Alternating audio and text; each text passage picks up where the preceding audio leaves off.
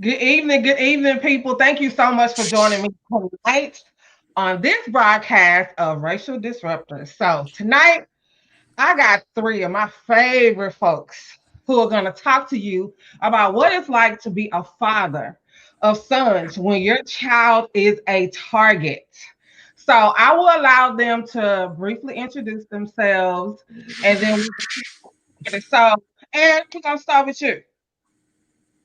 Thank you for having me on here. My name is Eric Jones Jr. I'm a father, mentor, basketball coach, speaker, author, um, and just thank you for the opportunity.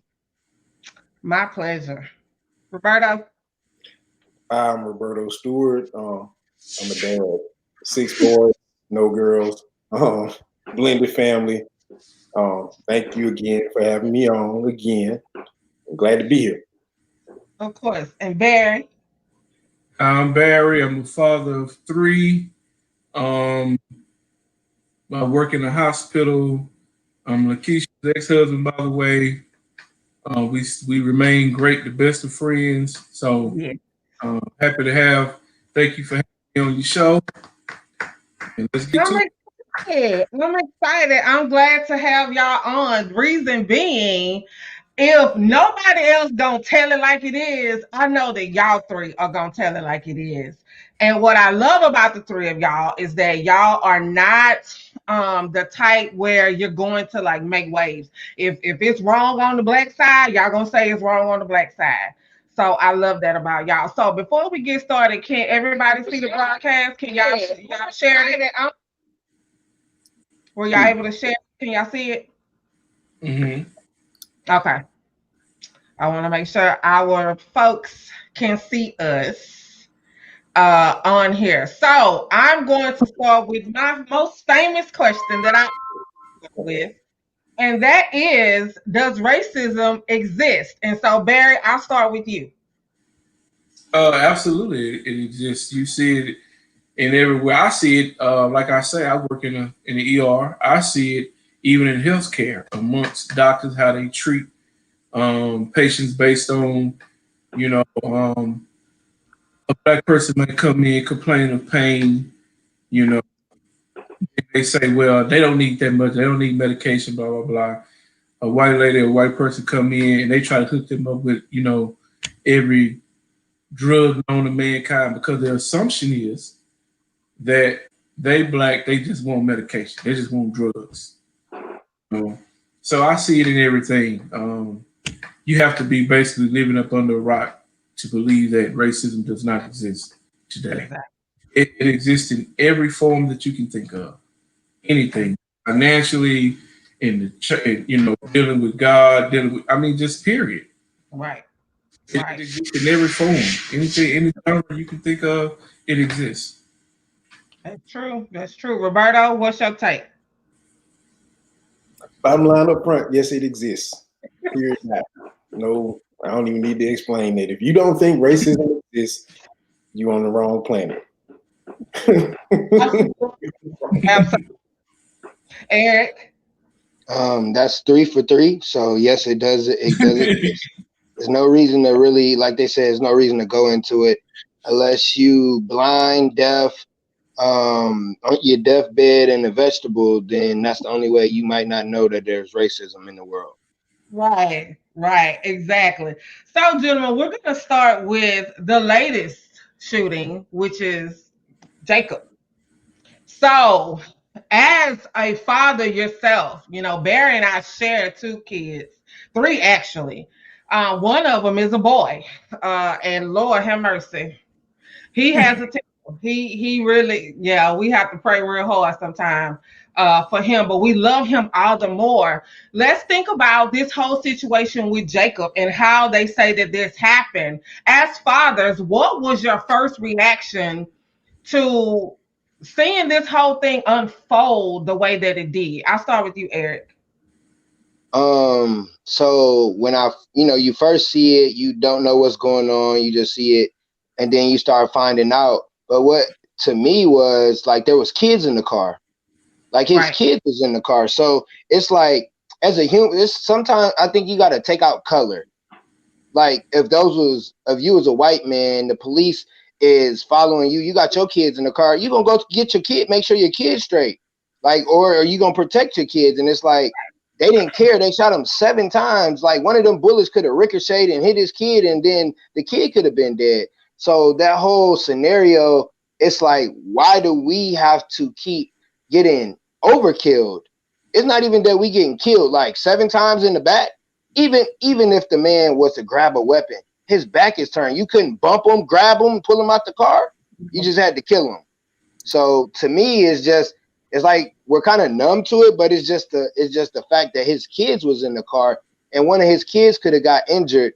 So it's like you got to take in consideration all aspects, not just the police. You got to take in the dad, like, because you have kind of maybe avoided that particular situation of, you know, because your kids are in there. And but I get it, we get killed because we black, so it's like it's no excuse of why he got killed, but you got to think more when you got your kids in the car and your kids are around you.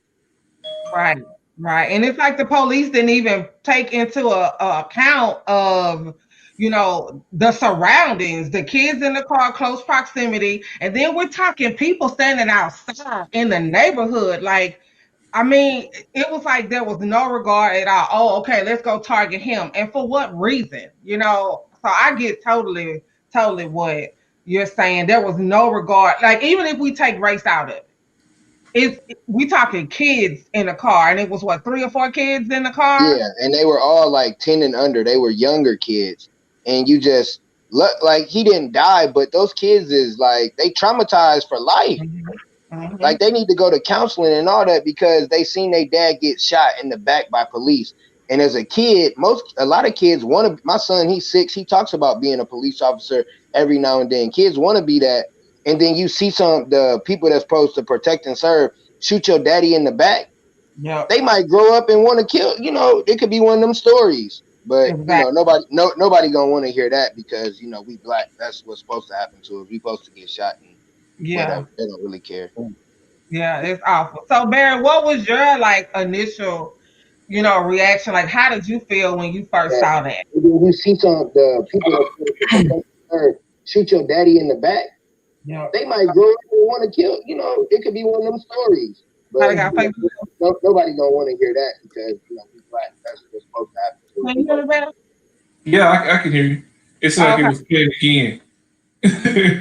Yeah, it was somebody opened Facebook and that's how you can hear it. So what was like reaction? Anger. I mean, I would say disbelief, but unfortunately it's not. You know, I thought about it, could have been me, could have been, you know, any one of us that we know. It could have been Kaylin, it could have been, you know, Polk, it could have been any one of us. Because when Jacob Blake seen Philando Castile, you know, I'm sure he expressed outrage at that. When he saw Sandra Bland, you never really think that it can happen to you until it happens to you.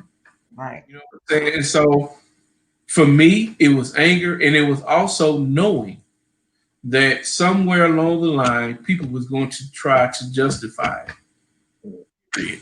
That's part of it that makes you angry, is that you know this book. You know it.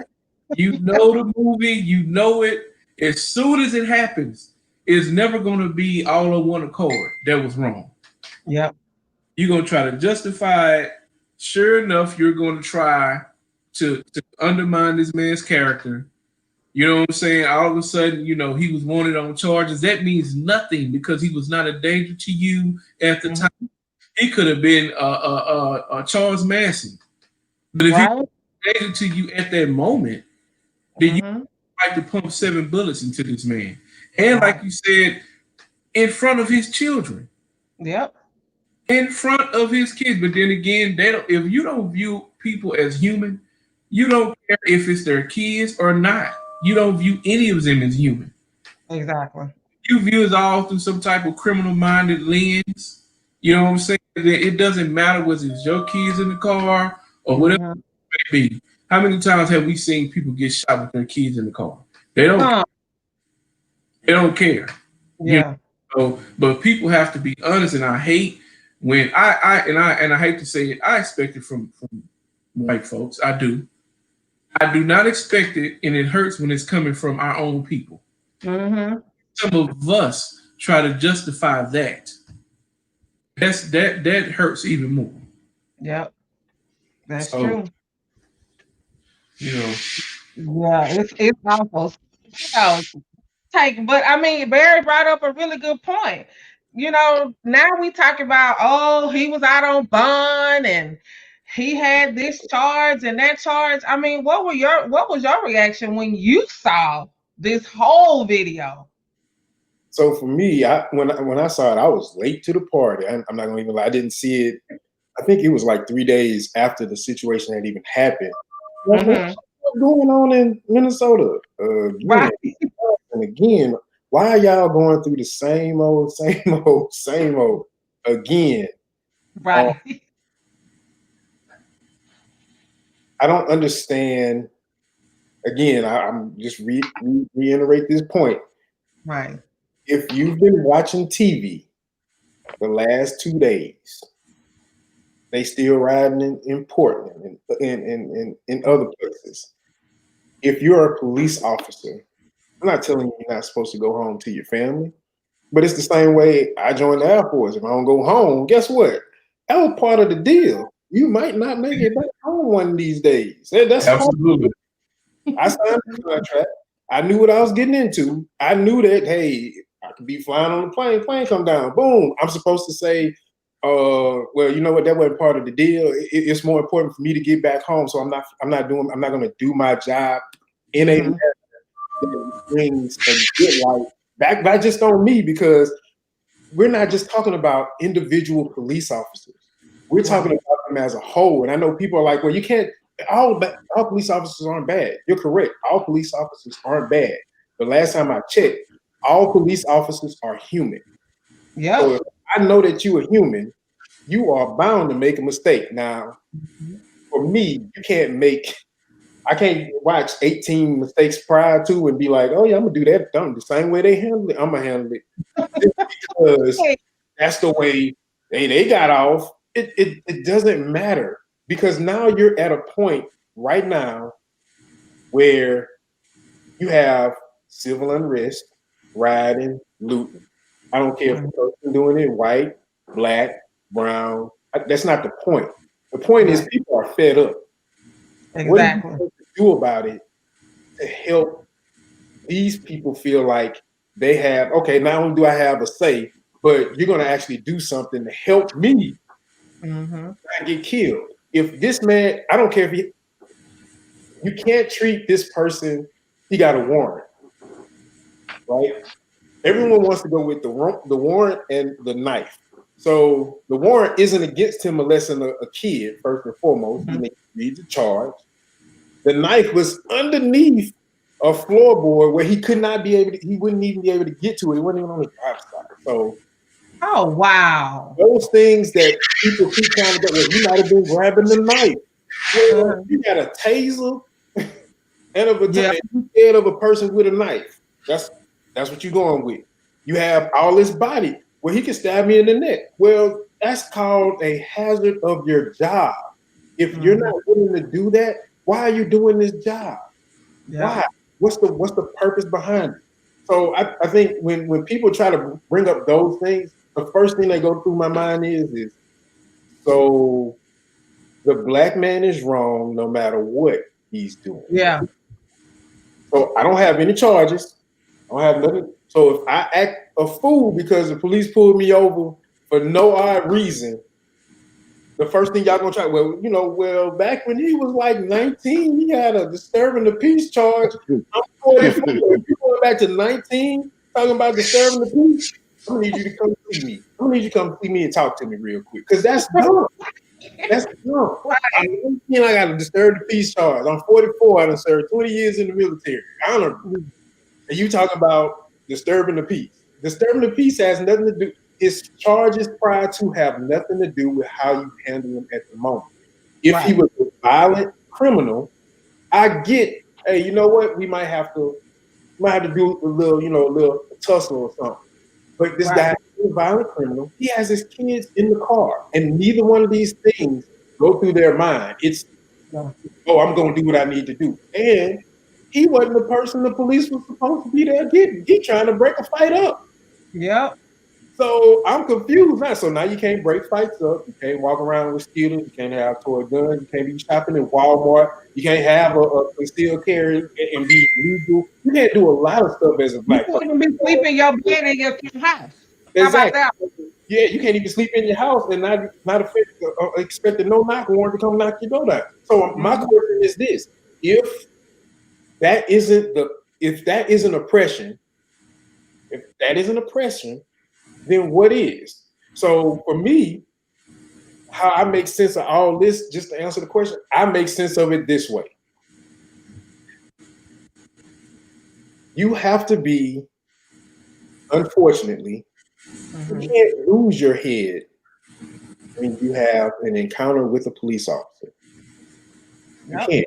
You can't be upset. No, you might as well expect it. Just expect it. Expect it. Oh, okay, he coming over. All right. We were watching Lovecraft Country last night. Just put your hands behind your head and get on the ground and just kneel and wait for him to tell you to do something else. Because you can't have a moment with the police. Right. And unfortunately, it happens all the time. Not some of the time. People are like, well, it's more white people that've been killed by the police than black. And I'm like, you can Google the stats. We are 3 to 5 times more likely to be shot by the police on the unarmed. This is the street. Hey, I can just be walking out the street. Hey, you don't belong here. Pop out. Well, what the heck? So the stats aren't lying. Numbers don't lie unless you Donald Trump. Yeah, I said that. But numbers don't lie. We don't. Numbers don't lie. So either we are going with what we know to be true, or we just gonna live in this fantasy. And hey, I guarantee you, if I felt like the police showed up to my house illegally and I pulled a gun to protect my property, I guarantee you the NRA is not gonna say anything. Nope. President not gonna say nothing. White people, it's gonna be a well, he can't do this and he can't do that, and let them show up to your house in the same manner and pull a gun, and watch how calm they react to you. Right. It's just you can't make. There is not a lot of sense you can make other than teaching your kids. Look, like Killer Mike say, I need you to survive the encounter. If you need to go to jail and got to bail you out, let's just go to jail. You got to survive the encounter, because at this point, nothing that you do legally is going to help you out. Nothing. Right. And it's not going to help if you are in a casket. Exactly. Yeah. And if you're in the morgue, none of that stuff matters, man. And it's sad that in some cases you've seen it where your hands was up, you know what I'm saying, and they still get shot. It's hard. Like, what do we actually tell our kids? How do you survive an encounter? Because if they mind is made up to do something, any little false move, any little thing that you say, they're going to become aggravated, irritated. Then it's all about how they write crap up. You know what I'm saying? About how you write it up, and it's always the same. I fear for my life. Well, guess what? We all fear for our lives. Exactly. Yeah. So that don't mean that you have a right to shoot. If you can't stand the heat, then you need to stay out of the kitchen. That's right. If you that scared to where you would shoot someone prematurely because you was that scared, you need not to be a cop. You need not to be one. And I try to tell people, I need you to understand this. It's not just white cops. I have had some butthole black cops pull me over. Mm-hmm. It does. I don't trust any of them in a uniform. I don't care what color you are. I don't trust the uniform. Yeah. Period. But it's hard to tell, especially somebody like Kaylin. He can be a hothead sometimes. You know what I'm saying? Yeah. Hey, look. You. Hey, swallow it. Swallow it, all your pride. It is sad to tell somebody, swallow all your pride. Yeah. Your job is to make it to the house by any means necessary. Mm-hmm. No matter what he's saying to you, he could be dog cussing you. Yes, sir. No, sir. Yeah. Ma'am, no, ma'am. And then you go on and live to fight another day. But you, Yeah. because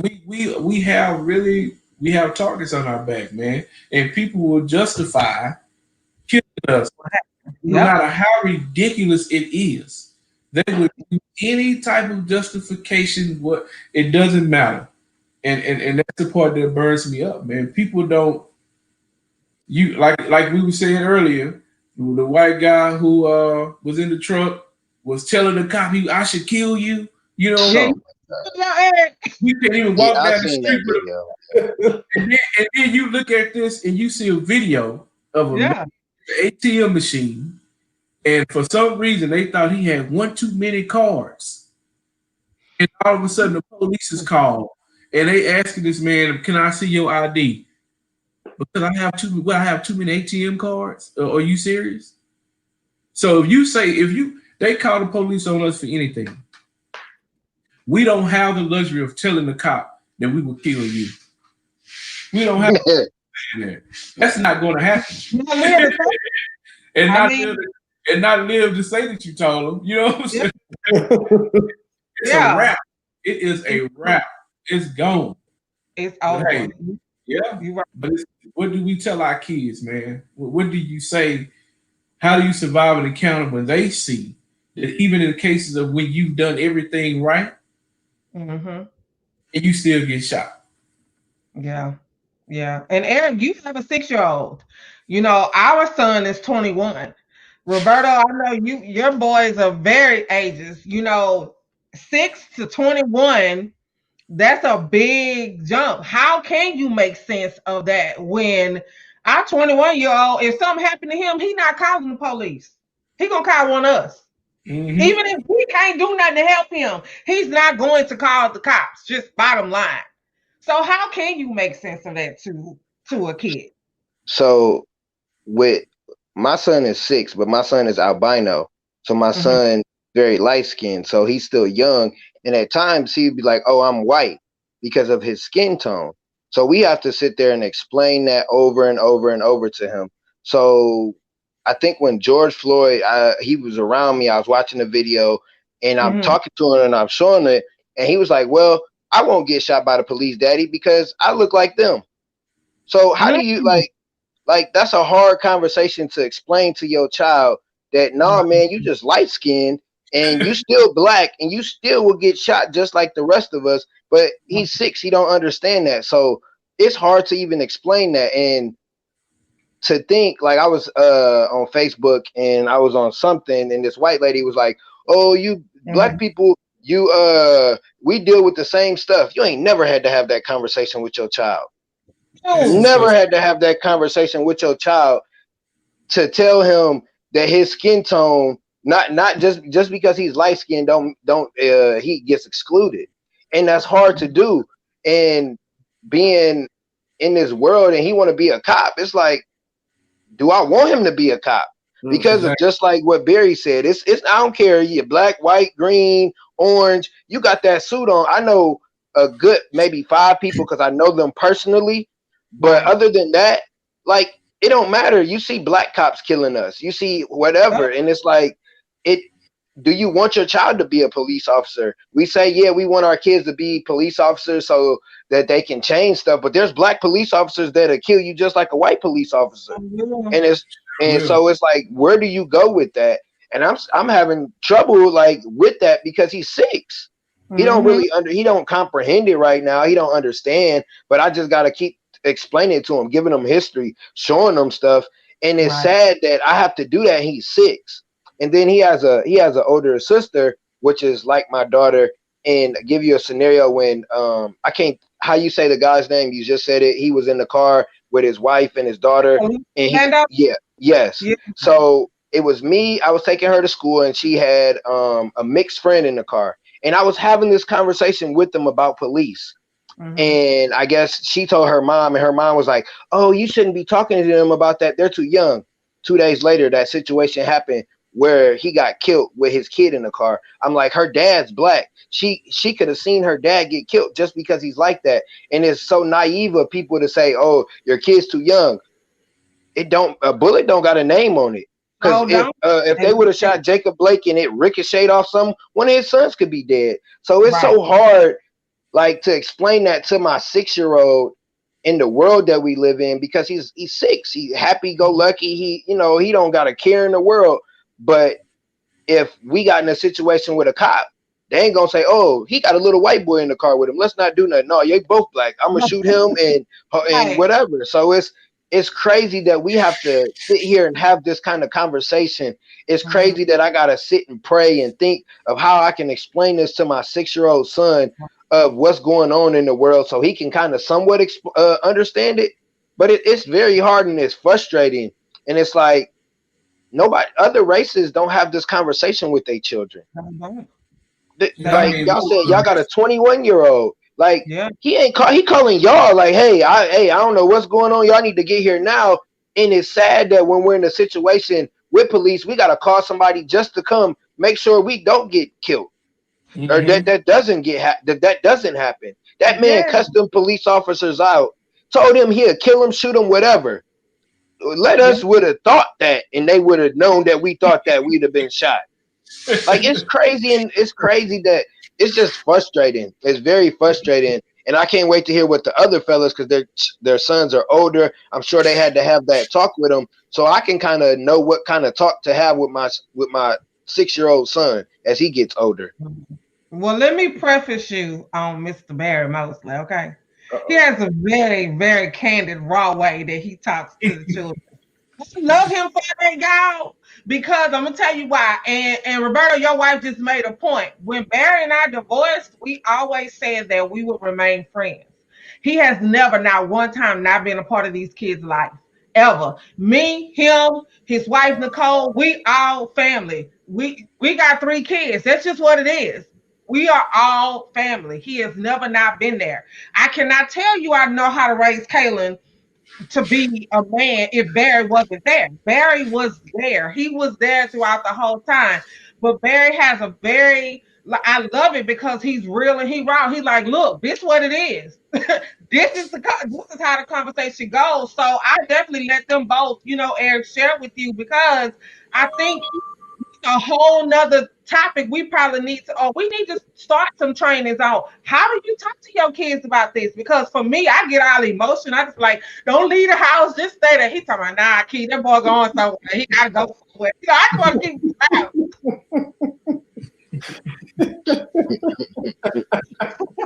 You're not gonna leave. You're gonna keep him hostage. Like I said, that's the baby boy. That's the only boy we have. And we know him. And it's sad that if something was to happen, he would not call the police. No. That mama. You know what I'm saying? And I'm like, well, son, you're going to have to. Nope. He don't want no parts. And nothing has happened to him that we know of. Nothing has happened to him, but he's watched everything. He's watched everything go on. So, Barry, what advice would you give Eric, or even some of the viewers who have smaller kids? What conversation do you really have to them? Well, I think it's mainly do what you have to do. Do what you have to do to get home, and you hate to say it, but again, swallow your pride. Your pride. It doesn't matter what he's saying to you or she's saying to you, because you are in a no-win situation at that moment. Yeah. It doesn't even matter if somehow we could prove that the cop was wrong and we sue and get millions of dollars and the cops get fired, but you still in the casket. None of that means nothing to me if you're in the casket. If you're in the morgue, none of that matters. You know what I'm saying? I just try to stress to them, because when you got to know your kids, you got to know their attitude and how they are, right? Yeah. And you got to know, hey, look, you must swallow your pride. Now, within reason, hey, sir, what are you pulling me over for?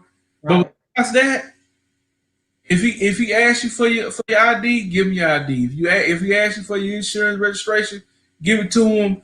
And you fight in the justice system. You fight in the court of law. Don't try to fight on the side of the street because you're not going to win. Right. You're not going to win. Doesn't matter if you was right or wrong. Right.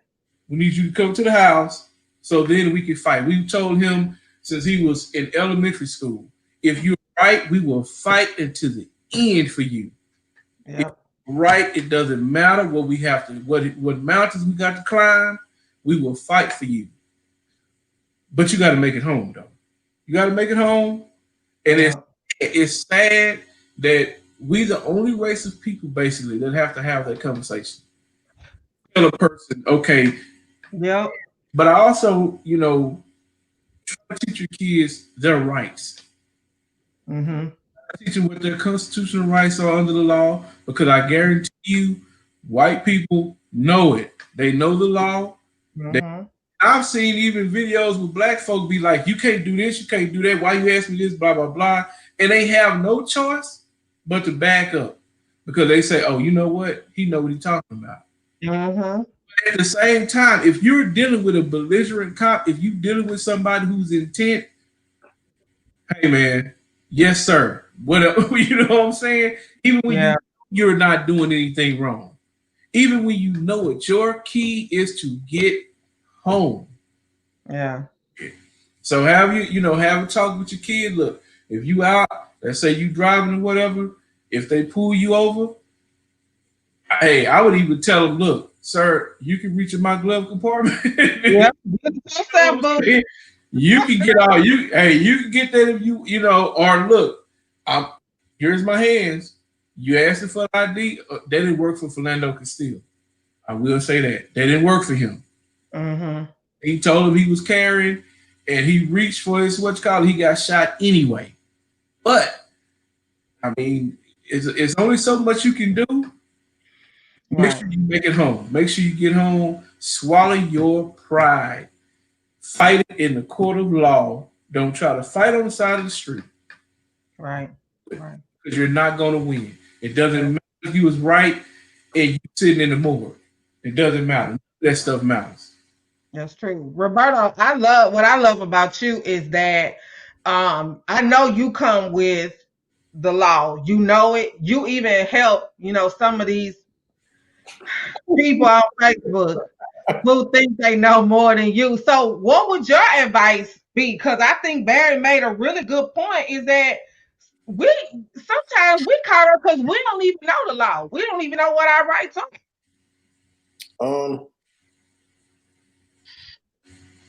So my oldest is 25, my youngest is 13.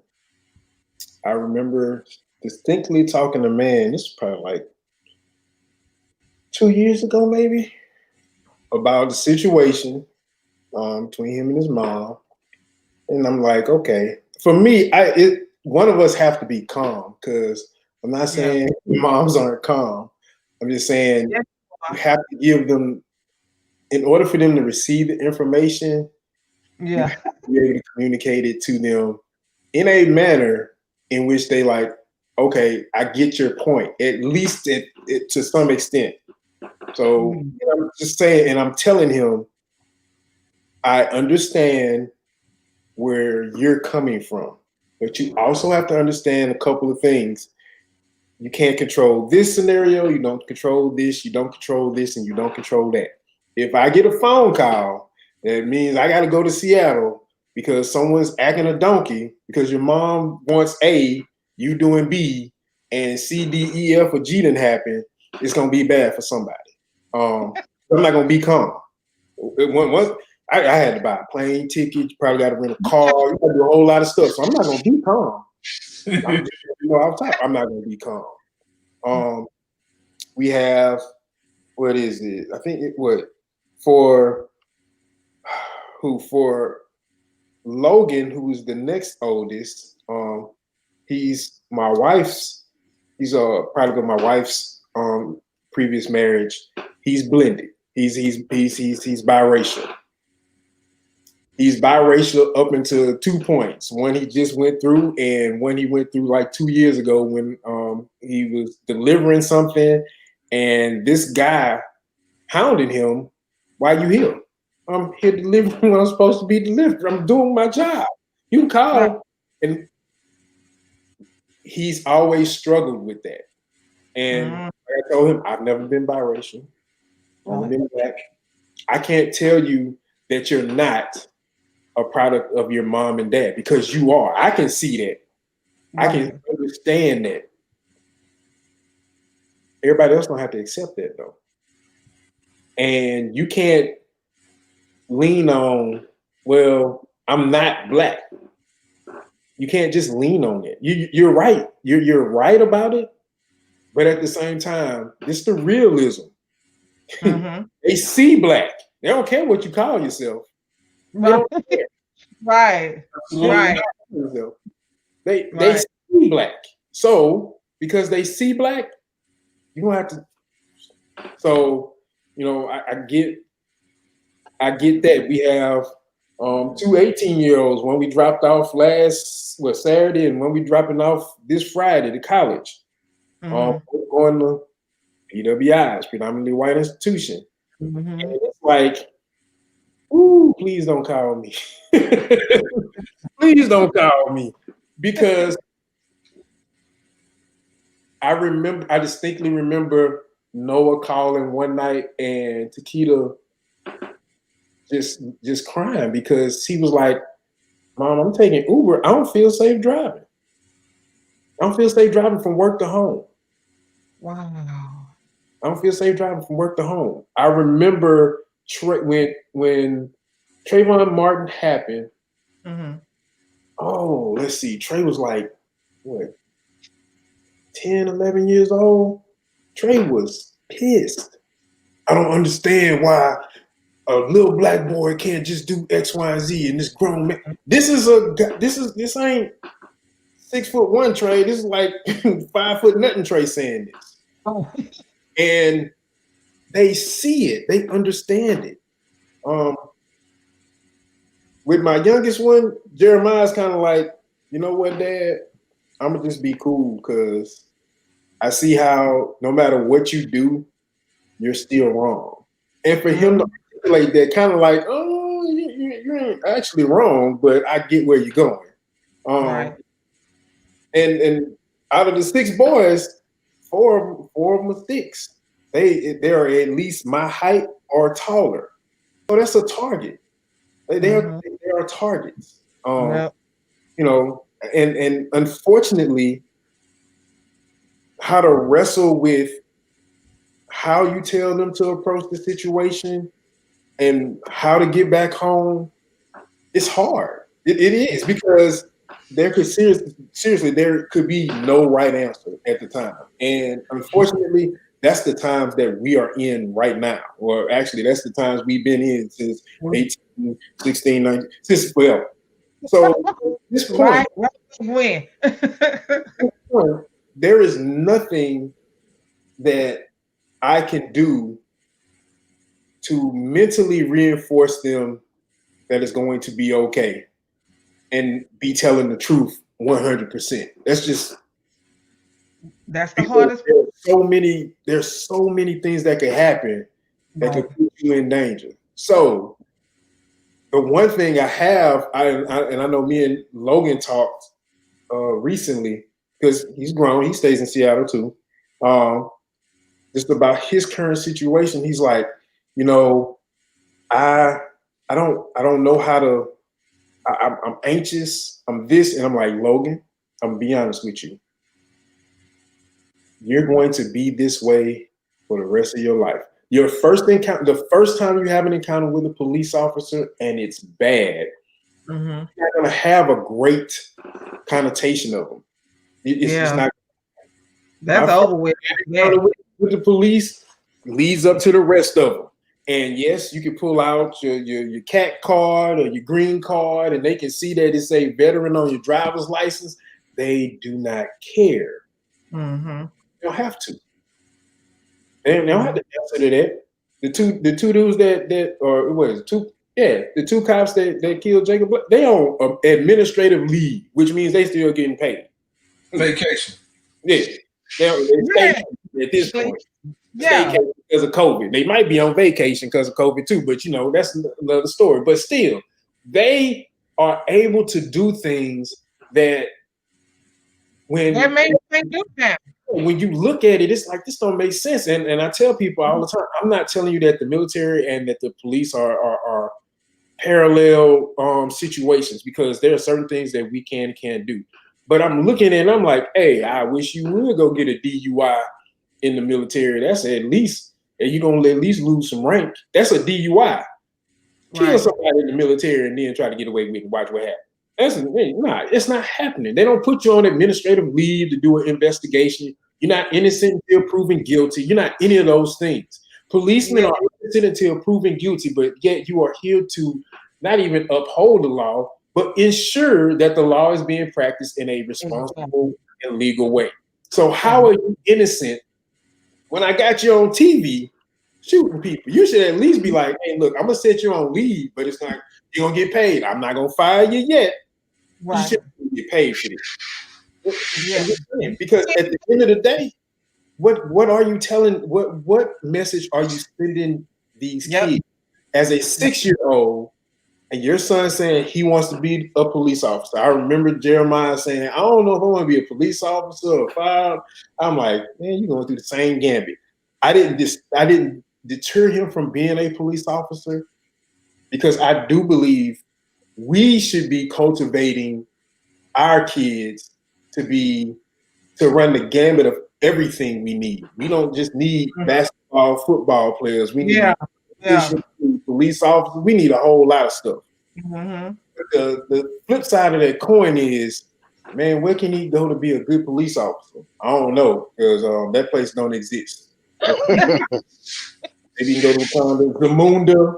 He can go to one of them two places and be on there. I mean, might be a good, but seriously, it is. And people will be like, it's not all police officers.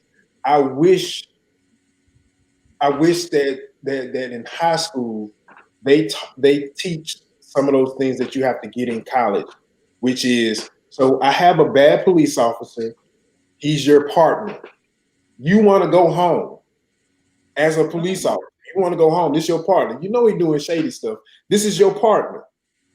Turn on your partner and tell me how many great stories you've heard about the good cop doing the right thing and the rest of the cronies getting fired, and you getting more police officers that's good cop. I don't never hear no stories like that. No. He either no help, dead, fired. One of those three. So how are you justifying to me telling my son to go be a police officer? He's trying to be the good guy. You might well wait till you're 50 years old to be the police officer of your neighborhood, because it ain't gonna happen at 20-something. It's not. So I think that a lot of times we have to sit back and we have to say, what's best for us as a whole and what's best for you as a family? Because for you as a family, if you feel like, hey, you know what? We're going to have this conversation, and we're going to have this conversation until we can't have this conversation, until it's your turn to have this conversation with your child, and until this situation turns around. The next thing I'm going to say is, folks, if you're not voting at the local level, at the state level, at the federal level, you failing your kids when it comes to I want change in the criminal justice system. I'm gonna keep saying it until God turn the lights out on my eyes. You are failing the system, because there is no way you're going to change if the same person keep running and running and running. And see, guess what? Your man may have a problem with the police officer shooting people 3, 4, 5 times. Could just be me, or it could just be your mayor. Now, one of us is right, one of us is wrong, but I guarantee you, if one of your kids don't come home one of them nights, you're going to be like, I'm talking to the chief of the police and I'm talking to the mayor. Okay, let me see how that, I hope they work out for you. You'll probably get a $2 million settlement, but your kid worth more than $2 million. Sure live. They're priceless, you know. Exactly. And I don't have money for prices.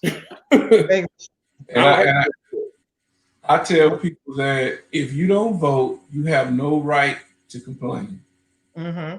You don't vote, and I would say I don't care who you vote for, but that's not true. I'm sorry.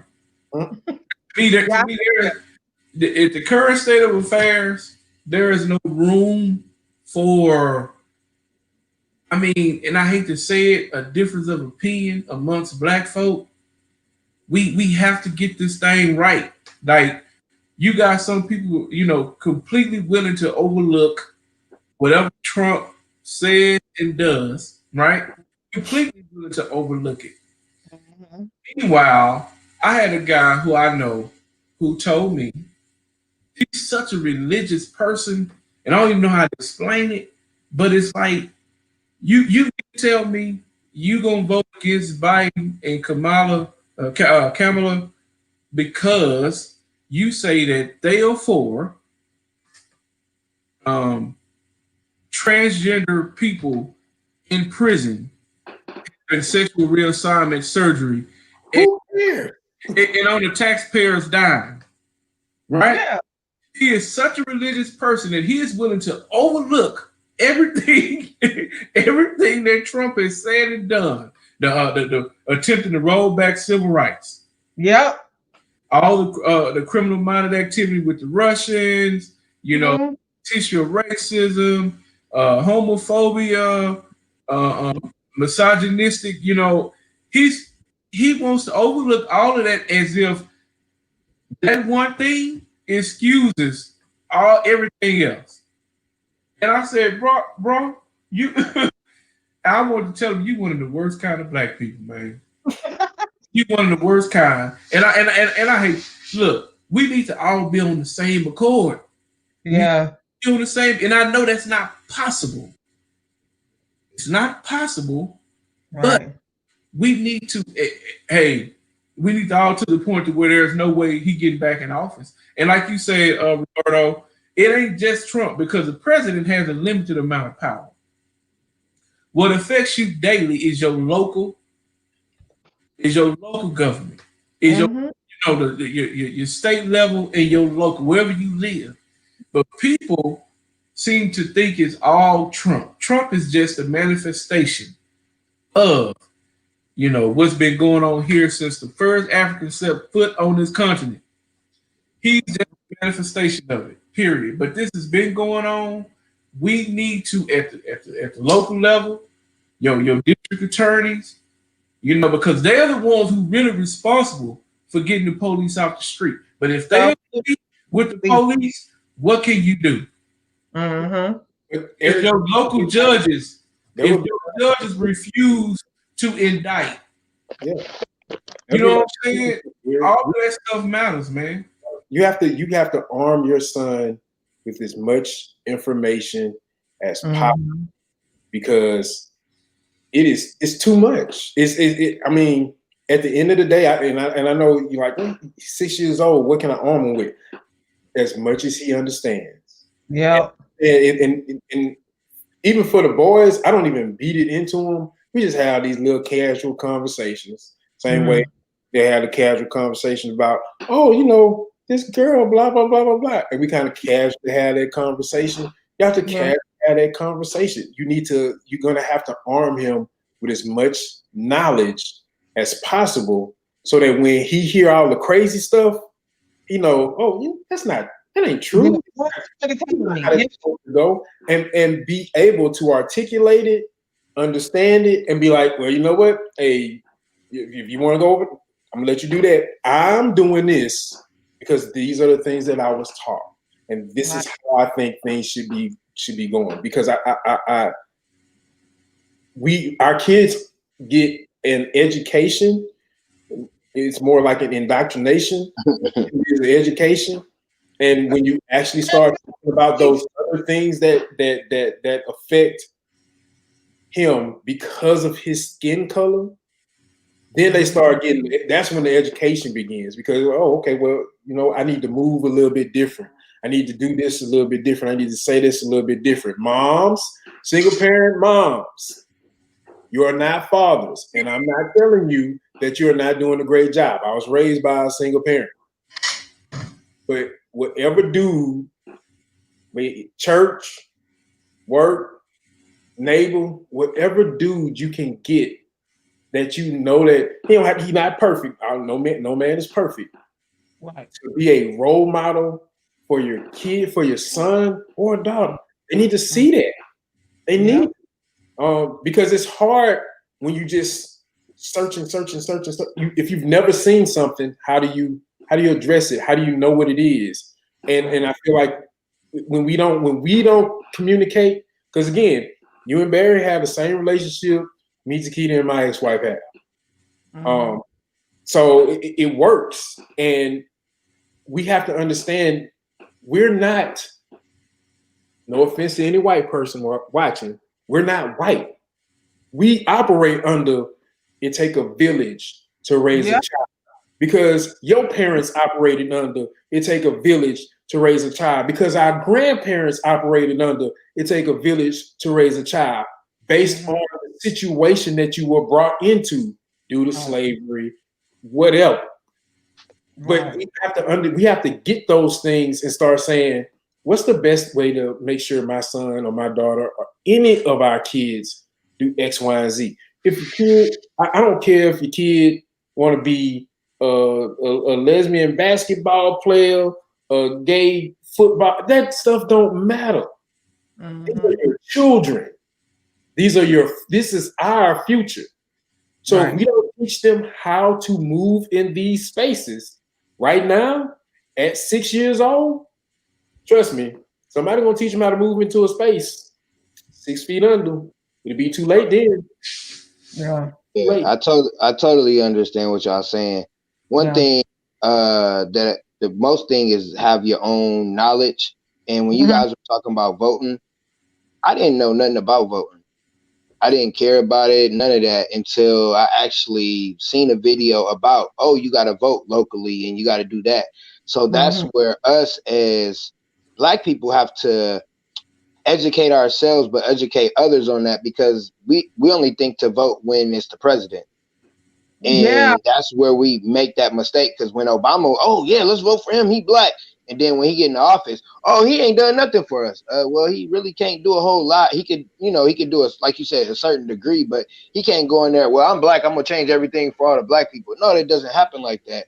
And we thought that because we weren't informed, we weren't, like he said, that place you go from K to 12 where they teach you how to read and write and a few other things, that they don't teach you the things that you need to survive, because they don't want us to thrive. They just want us to survive. Because if we thrive, y'all see what we do. We take over everything, and they don't like that.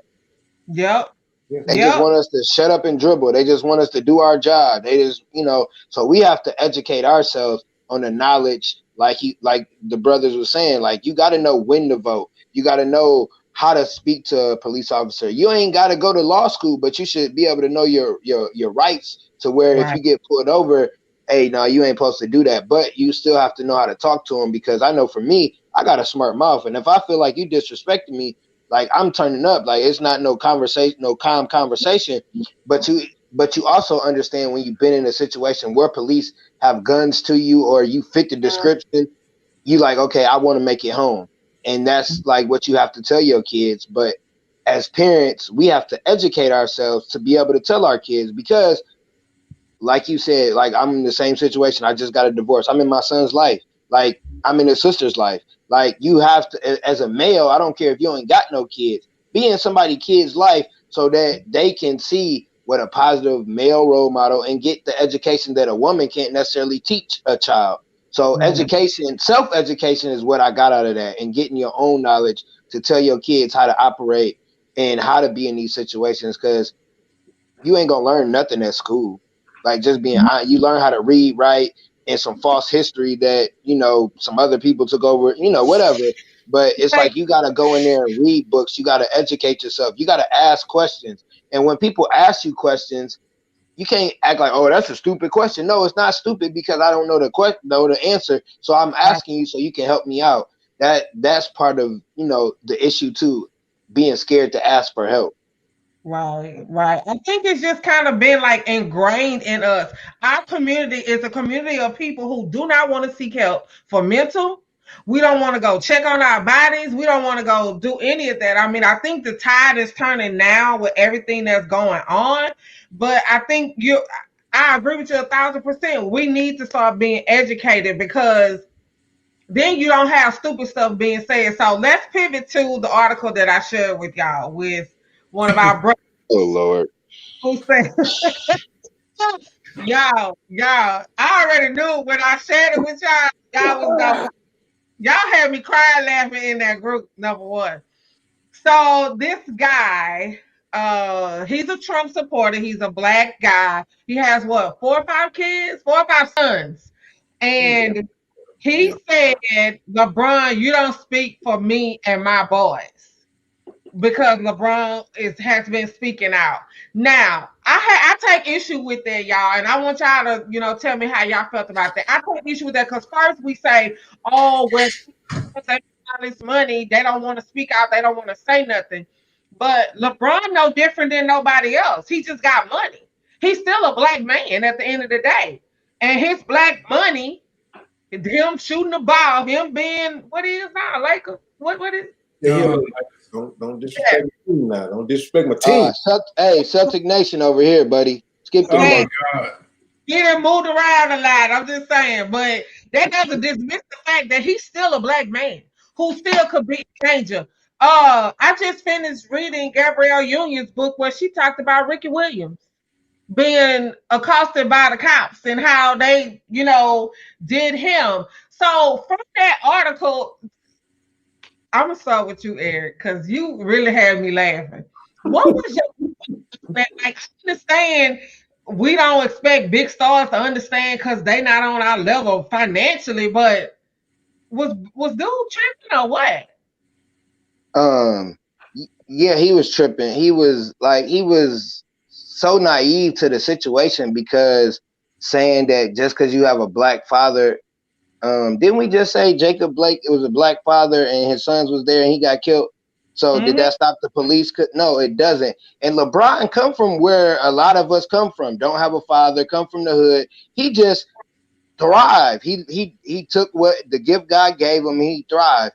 And it's not like how can you say that about LeBron? He got a school. Who what's Dr. Ubu or Umar or whatever? He been posting to have a school for the last how many years? He ain't came up with nothing. But people jump on his bandwagon. Listen, I don't like LeBron on the court, but off the court, it's not too much you can say wrong about him. I mean, he's human, he make mistakes or whatever, but for you to say you're not talking to me, he is talking. It don't matter. It don't matter how much money you are. As a black man, you get pulled over by police, you could get killed. It don't matter. So the dude was it was stupid. It pissed me the hell off because it's like, who you speaking for? And then they always, Donald Trump. Come on, man. We've been knowing Donald Trump forever before he became president. It's like you don't even got to fill out a job application just to get it. Oh, I got money, I'm just gonna walk in. For you to jump on somebody else's bandwagon and they don't feel the same way. Do white young men feel the way our kids do? Do white men feel the way we feel? Are they having this kind of conversation with their kids? They're not. So you can't say that, oh, LeBron, you're wrong. No, he's right. Now every situation is different because Roberto said, I grew up with a single mother, so I don't know what it's like to have an active dad in the house and show me certain stuff, but I've made it. So it don't matter if you have a dad or you don't have a dad because you can get killed for being black. It don't matter. I don't know. The dude pissed me off. Where is he from? Those type of people I would like to have a conversation with because I'm not the typing type. I don't like to type. I would like to sit down and look you in your face and see how stupid you sound when you say stuff like that. And then, now what if one of his sons get shot or something happened to them? What's going to be the excuse then? Yeah, I don't get it. Barry, what's your take? And try to not be as colorful, sir, please. Well, I mean, oh my God. I look at it like this. You have certain people, like I said, okay, LeBron ain't speaking for you until it happens to you. If it happens to one of your kids, or your father, or your uncle, or your cousin, everything is not about not having a father in the household. Most people who got shot probably had their fathers in their life. The whole issue is you're shooting people, unarmed black folks, for no reason, right? It doesn't matter. You think they care about the fact you had a father in the house? It matters. They didn't even think about that before they pumped the bullets in your behind. Right. In fact, you think they thought about the fact that if they was willing to shoot Jacob Blake while his kids were in the car, they thought about the fact that this man, what his background was? LeBron James is a multi-millionaire, almost a billionaire. Somebody came to his mansion in LA and spray painted nigga on it. It does not matter what. It doesn't matter. They don't care about the fact that what your background is or where you came from. And it matters not. Like I said, it could have been Charles Manson. It could have been a reverend at the church. If they wanted to do something to you, they're gonna do something to you, sir. It does not matter about you got kids. You grew up with your father or not. My father was not always. He wasn't in the house. He was around. And if I go out here and I have an encounter with the police, I'm not doing anything wrong, God forbid, and if something happens to me, you mean it's because my daddy wasn't always there? You see what I'm saying? That matters not. It matters. People like that, I hate when they give justification for people killing us. We are the only race of people who seem to justify other folks killing us.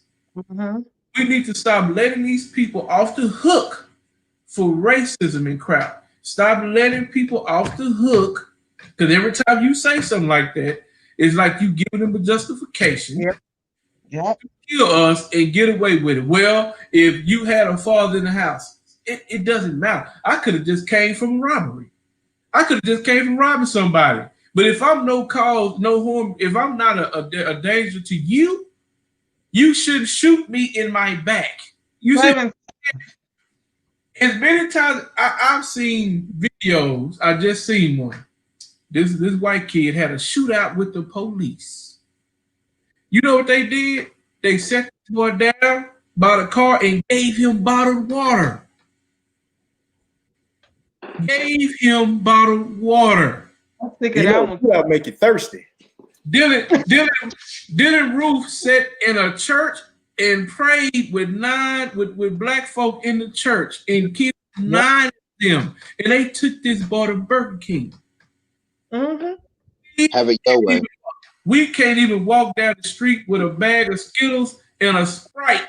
And if they decide that we're in danger, it doesn't matter what your background is. Those people don't care about your background. With us, I expect it from other people. I do not expect it from us. When we say like that, we giving people a justification to treat us any kind of way. You say stuff like that. When you pivot to black on black, because that's what he did, black on black crime, no fault. Stop giving these people justification for killing us. He hashtagged it accepting authority. Man, please. When authority don't accept you, what difference does it make? When we are compliant, when we are obeying, and we still, what did George Floyd do? What did he do? Everything they told him, they say he got out the car. What did Philando Castile do? Told him he had a gun, and he had. What was Breonna Taylor doing? Laying in her bed asleep. The child was asleep. It does not Mhm. What Mabry doing? He didn't get killed by the police, but he got killed by some crazy white boys. You see what I'm saying? Yeah. Jogging down the street. You see videos all the time, people jogging, just being black. Yep. Black is unsafe in America right now. It's always been like that. Yeah. It's been like that, but when you say crap like this idiot did, you're giving justification. I guarantee you, God forbid, something happened to one of his boys, and see if he's still speaking that same language. Sir, you raised him right. You raised him right, right?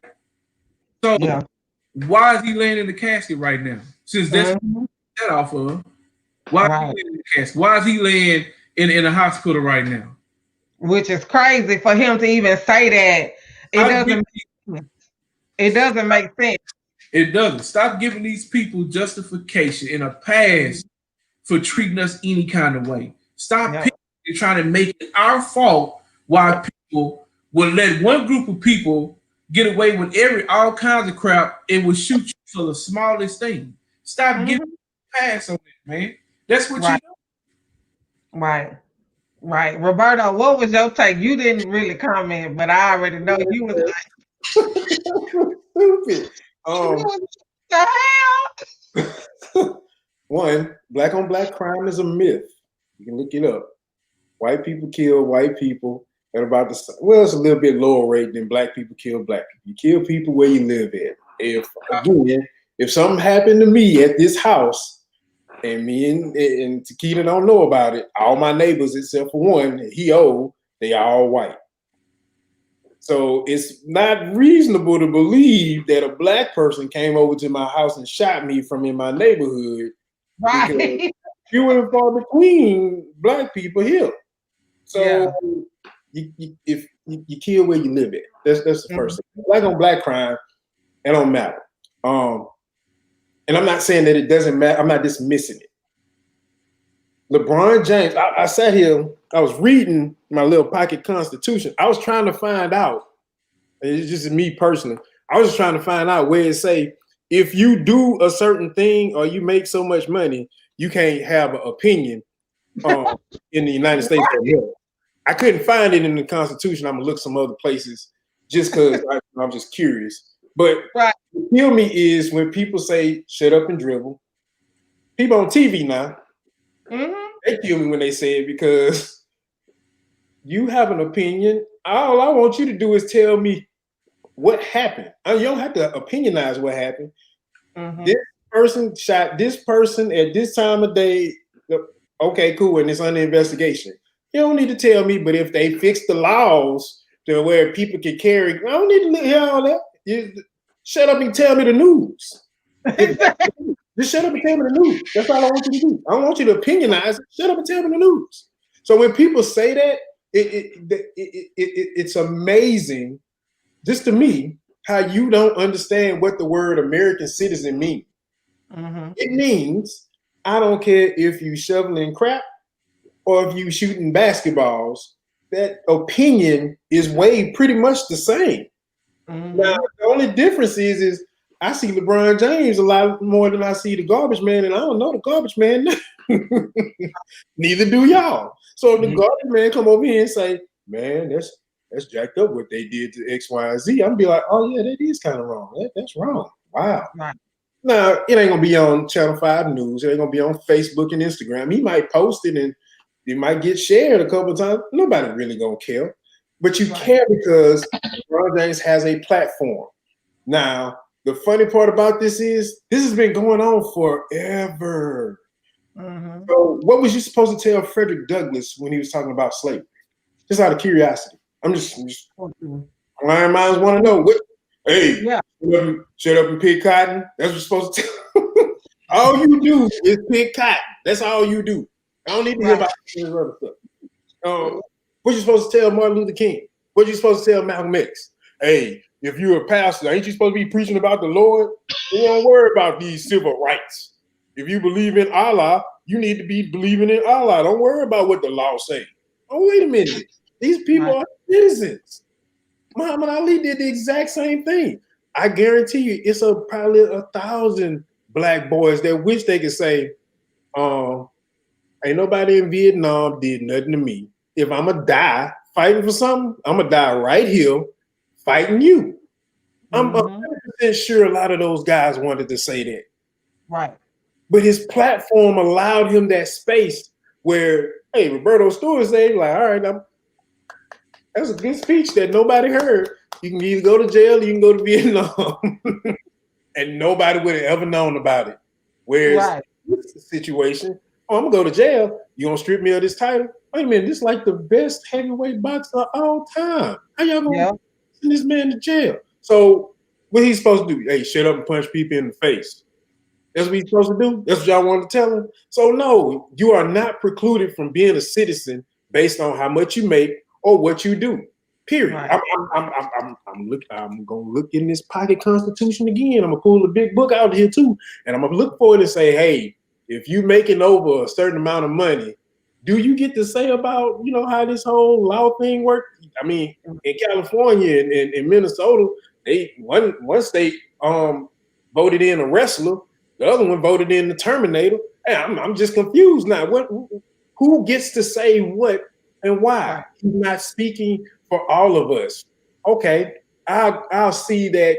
I'll concede that he may not be speaking for you because you feel like there is another way that you can make it through the day. But for a lot of us, he is speaking for, because you don't hear me when I say, you stupid. That's about dumb as hell. You don't hear me when I say that. You don't hear me. Okay, cool. But you hear him when he say it because you like, well, if he's so smart, then why is it? Well, look at it this way. If you're so athletic, how come you making minimum, or not even minimum wage, you making a decent salary from my tax dollars when you turn on the TV, this dude making multi-millions? What's your excuse? Because apparently LeBron James doing something that you're not doing. So don't listen to him about political advice, but definitely listen to him about making money. Because apparently you doing it wrong, being a police officer or doing something else. I don't understand how people do those things. Now, for him, if he think that that's going to ride with him and his boys and you'll be able to pull out in 5 or 10 years, I supported Donald Trump, you can't kill me. Good luck, man. Hey, ain't gonna work. I'm not wishing ill on him or his family.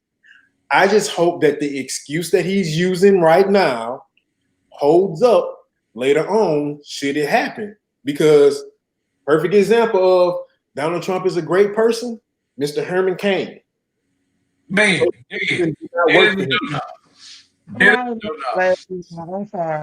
I'm just saying. Hey, look.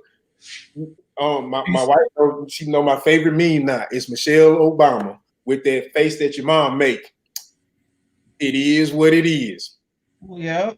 And that was hilarious. I'm sorry, I didn't mean to laugh. And you hate to you're not making light of the situation, but Herman Cain supported this man until he died. Yeah. Yep. They didn't even mention him at this little Republican National Convention. They didn't go to his funeral. I hope the funeral worked out. And when you say, shut up and dribble, well, Donald Trump was a reality star. He had no kind of political experience whatsoever, but yet a Trump supporter. What makes him any different than LeBron? Right. He had no political experience whatsoever. Now, the people that kills me when they say, why are you talking? You're supposed to be entertaining us. I'm sorry. But the last time I checked, they bleed and get mad and cry just like you do. Right. Your tax, what your paycheck should not determine whether you have an opinion or not. Does not determine. I know Stephen A. Smith. I watch First Take every morning, just about. Stephen A. Smith, he big time, reporter be on First Take. He makes $12 million a year. He says that one day he was driving home. A cop pulled him over for no reason whatsoever, probably because of the car he was driving, right? The cop started just being belligerent. He said, well, he asked him a simple question. What did I do, officer? The officer started tripping with him, getting all crazy. Next thing you know, another cop pull up. The other cop says, oh, you know what I'm saying? Like, apparently recognized who Stephen A. Smith was. Mhm. The cop saying, "Okay, sir, go ahead, go about your day." Right? Up until that point, Stephen A. Smith was just another black man. Mhm. It does not matter what your tax bracket is to some people, or even a better case. This white dude was in court. The judge is a black lady. Trashy white dude. You can tell he was like trailer park and all kinds of, so for real. So she sentenced him to like 30 days in jail for something. On the way out of court, he called her a nigger. Now this is the defendant calling the judge a nigger. In other words, I don't care how much money you make, Right. Position is, you are still lower than me on my personal totem pole because of my skin color. Yep. So if a defendant who has a judge has your life or your temporary freedom in her hands, and you still see fit to call her a nigger, what do you think, black folk? They don't care about tax bracket. It does. So when you tell people to shut up and dribble, no. I have just as much of a, but okay, won't you shut up and keep mowing yards, or shut up and keep fixing toilets, or shut up and keep going to work at a house, whatever you do, because no one have a right to tell somebody to shut up and do anything. Your opinion matters just as much or not as much as the next person. Period. Right. Like Roberto said, he happens to have a much bigger platform, and he chooses to use it, you idiot. Right. The betterment and the advancement of his people. And yet you have a problem with that because you support somebody who didn't have a lick of experience and has proven that he don't know what he's doing. He don't know. Oh, he knows what he's doing. He know what he's doing. He know what he's doing, but if you believe he don't know what he's doing, I got more land in Saudi Arabia to sell. He know what he's doing. But I'm saying, like, let's say foreign policy. Oh no, he has no clue. He can't even spell foreign policy. Matter of fact, I probably can't spell foreign right now, but he can't even spell foreign policy if I can barely spell it. So that dude. It's pitiful. It's pitiful. Like, that entire article made me mad. So I was like, but again, I don't. You have to look at it. You have to read it, soak it in, and be like, "Yeah, that's another one we lost." Right? Yeah, but don't read it.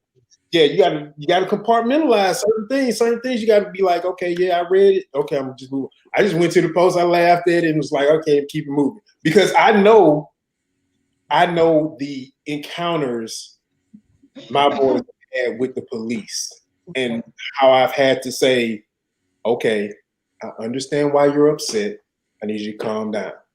Yeah. Because at that point, up until that point, it's like, Lord, I hope nothing happens. Lord, I hope nothing happens. Thankfully, there was one time when we were leaving a place and Trey and Logan was in the car. My wife went behind them and I went a different way. I'm happy that she followed them when the police pulled them over, because they literally were like, we were just in the wrong part of town after we left someplace eating. He has a headlight out. The light had just probably recently went out. You can go through Clovis, New Mexico and see 800 headlights out. But because we were in the wrong part of town, they got stopped. You get stopped. You have a light-skinned guy and a dark guy sitting in the car like, they're not supposed to be going someplace without their parents? Oh, no, that's not it. You guys are in this part of town. It's this time of night. If she had not been there, I'm not gonna say that they would have lost their heads. And this is a 15 and a 17, 18-year-old at this time. So I'm not gonna say that it was fated that she followed them. I'm glad that she did. I'm glad that the situation worked out where they came home. Because when I get home, I'm looking at the phone. Where y'all at? The police stopped. I was about to get back in the car and roll back around and be like, hey, so what's the problem? What's the issue? But again, until he hits that situation and he comes face to face with it, all you can do is laugh. That's what you really can do. He I think it said he stayed in Chattanooga. I hope I sincerely do. But those people, I don't got time for it. I'm put this out. If you're watching and you know me and you my friend on Facebook, I'm starting to pull Karen Hunter, where she say, I don't have time for space with people in my space who believe differently to a point to where it could possibly harm me. Exactly. So if you gonna do that, you might as well unfriend me, because I'm gonna make you unfriend me, or you gonna unfriend me. I mean, and I'm really gonna make you, because I'm gonna call you all types of things on Facebook or in real life, whichever one you like, or I can just unfriend you right now, and it's cool with me. I'm good, because it's not like Facebook make me famous. But we have to start understanding that you have to let certain people, you gotta let them go. It's like your kids. At some point, you're gonna have to let them go into that world and say, I hope nothing happens to you. I'm praying for you. But when it do, I'm not gonna tell you I told you so. I'm gonna still be here. I'm gonna be in the same spot you left me. Right. But you be right here with me then. So if anything happened to him or his family, I sincerely feel bad for him. But I don't think that he understands the gravity of what he's saying, because you're not even giving power to people, because they already believe that, oh yeah, he believed like that. This one black guy that believed, where it's like 5 of them. Okay, it's 5 of them. It's not that many black men that's gonna sit here and tell you LeBron James don't speak for me. He speak for me. LeBron James got boys. You know, if they go into his home in LA, vandalizing his home, guess what they're gonna do to him if they catch him out in public with the right situation? Exactly. They ain't gonna care who he is. They gonna take care of him. That's why I was like, I don't know why. Yeah, I don't know why he wrote that. Okay, yeah, he was, but yeah, the article on my face, go read it. So let's pivot quickly to Oh Boy in Kenosha. So we keep seeing these pictures of him, what he was doing, cleaning up graffiti or something. I think I shared a post that said, here's a picture of Charles Manson playing the guitar at church. So, you know, I'm just saying, and y'all know Charles Manson ain't killed nobody. Let's put that out there. Charles Manson did not kill nobody. He had a tribe of women who killed for him. However, with the jail, and he died in jail. So we got this kid who is, and he a kid. Bottom line, he's a kid. But we got people taking up for him. Eric, what is the justification for a white boy to cross state lines with a gun he should not be having and shooting in a crowd of people? There isn't one. Yeah, it isn't one, because like, what if one of his sons did that? He wouldn't be on here talking. He'd be have to handle in family business. Like, and people are justifying it. Even the damn police officer, the chief of police in whatever city that is, like, justified him. He was helping us. So y'all, that week of men, grown men, signed up to be police. Y'all need a 17-year-old boy with his mama to bring up here to handle business for y'all. And then y'all say, do y'all want some water? Are you serious? Like, are you, like, it's that, I don't even see, I try not to look in and get into that stuff because it pisses me off. Yeah. Because, like, he didn't shoot no black people. It was all white people there, but he's 17 and he got a gun. He ain't gonna go to jail. They gonna make up some type of excuse. He mentally this or something happened or whatever, and he just gonna be free. But if it was vice versa and a black kid can't even have a water bottle or a glass of tea walking down the street. Like, so it upsets me that people don't see it. Like, how blind do you have to be to see how wrong this place called America is for white and black people? Yeah. Like, I guarantee that boy ain't nothing gonna happen. He don't look like his mama got a red cent in the bank and they gonna have the highest lawyers, everything gonna work out for him. But Breonna Taylor, the police that killed her, they still walking around, going on vacation and doing all this. Like it's so frustrating that people are so ignorant to see what's really going on. And like people say they Christians and all that. You ain't got a dang heart. Like it's about your character and it's about your heart. And if y'all can't see that that's wrong for a 17, you ain't even supposed to have a gun at 17. Like I don't even understand. And then he got a big gun, like, and he shot one person, nothing happened, no police came, was able to shoot another person. My man Jacob Blake can't even break up a fight in his own neighborhood. But you can shoot two people and you walking away and you probably got Red Lobster, nice little cell, was able to call your mom and everything. I just don't like it's frustrating. It's just frustrating that it's blind. People are blind. Streets. That's why people are in the street. If they ride and looting, I don't care. That's why they don't do it. People have to kind of understand these couple of things. I can sit here verbatim and tell you, okay, I'm from South Carolina, or I'm from Louisiana, but I live in South Carolina. I can take a gun from South Carolina to about 46 other states as if I have a concealed carry and still have my weapon as long as the gun is one place and ammo is someplace else. I can do that. That Wisconsin is one of those places, right? So I can do that. You can't find a law that says when a 17-year-old can actually go without his parents and brandish any weapon. I don't care what kind of gun it is. A law that says that. The second thing is when people tell me, well, the militia is there protecting the people's property.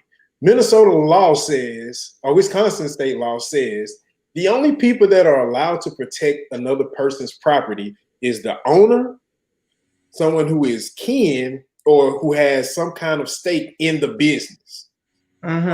He's 17 years old. And if his mama ain't got a red cent in the bank, he ain't got no red cents in the bank. Got nothing. You sure? The last thing is this. If you telling me, well, these people were, he was defending himself. He was defending himself. Okay, I know this is gonna sound funny. We reading Romeo and Juliet because I'm doing intro to theater. Mercutio gets stabbed because Romeo gets, gets in the way of him and Tybalt fighting. But prior to that, Benvolio tells Mercutio, hey man, that ain't even your problem. Why the hell you going over there dealing with this person? That's not your problem. I just see how he fight. Well, guess what? It ain't Romeo's fault that you put Romeo in a position where he had to go job. Hey, let me get in between you. Then you got stabbed. So it's your own fault that you sitting in someplace where you don't belong. You're not a citizen of that community. So if you're not a citizen of that community, if you come to my house right now, we got stuff going on. You like, oh yeah, man, I'm from Louisiana. I heard you need help. Take your behind home. Go home. Because guess what? You going to jail or you going to jail, and both of them is bad. Exactly. That's the legal situation that we have. Yet everybody that's black believe there ain't nothing gonna happen to this kid. Now, if that's not oppression, I don't know what is. Yep. If we know. You tell me, if I sit here right now and say a 17-year-old in Chicago killed somebody walking into their house, 100% they, that's because Chicago violent, blah, blah, blah, blah, blah. No, Chicago is not a no-gun city. You just can't walk outside your home with a gun in Chicago. The same way you can't walk outside your home in New York outside with a gun unless you are some kind of law enforcement or security detail and you have permission from the city. So if you stroll in my house and I shoot you, I'm within my rights to do so because I can't tell you can't own a gun. Now, 50 million white folk will be like, but they killing people in Chicago. Oh, well, at least they killing people in their community. They ain't going across state lines doing it. They ain't leaving their city doing it. But I guarantee you have something to say about them killing one another in Chicago, but you don't have anything bad to say about this kid going across the state line. I get it. Like a 30, 40-minute drive. I got it. He didn't go way across state lines. He just went a little bit. Cool, but he's still in another state. And I guarantee you go to Canada or Mexico, no matter how far close you stay to the border and do something stupid, nobody gonna be like, oh, he only drove like 5 miles across the border and killed somebody. I don't know why Canada tripping. Oh, that's because your behind ain't supposed to be there. That's why. Exactly. You ain't coming home. You should have been at home playing Call of Duty, trying to get in one of them parties, dropping into the war zone. That's what you should have been doing since you like guns that much. You should have been. You should not have been trying to protect people's property in a place that's in a community that's not yours to protect. And like you said, I don't know what the police do. I seriously don't.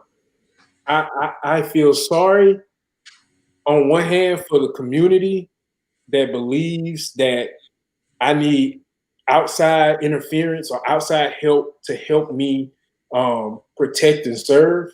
You already have the National Guard. You already had the police, and now you have civilians there that maybe aren't supposed to be there. So when people talk about Antifa and Black Lives Matter, and I'm like, man, I done seen like 800 riots on TV. I done seen like 3 black people. Them ain't us out there doing that. That ain't us. Nope. But guess what? This couple things black folks have figured out in these last couple of months. COVID is real. Police kill you for no reason. Yep. Gonna kill you if you're outside and you ain't supposed to be there. So, you know where I be at most of the time when they be riding? Right here in this little hey, I pull out a banner. Hey, I do all because at the end of the day, you're really going to get change. Protesting and rioting and looting does promote certain things, but look at what's happening. Has Congress passed anything remotely close to criminal justice reform, police reform?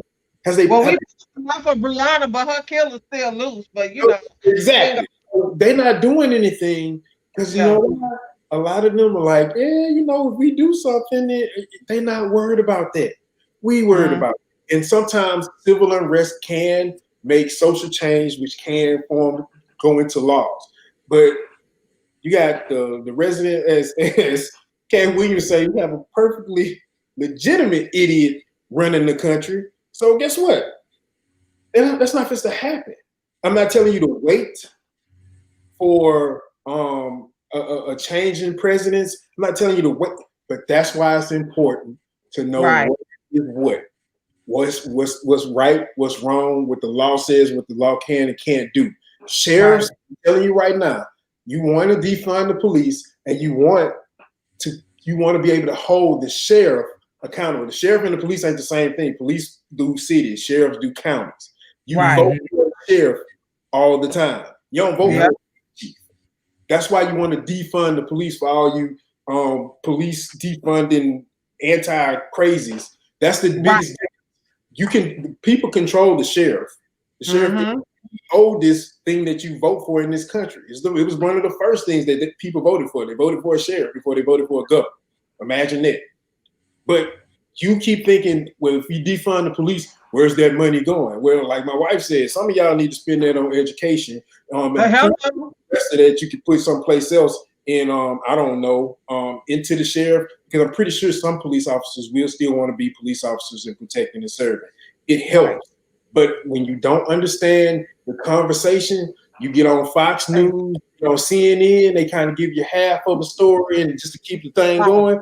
Nah, man, stop doing it, because I guarantee you're gonna fall into the same thing everyone else falls into.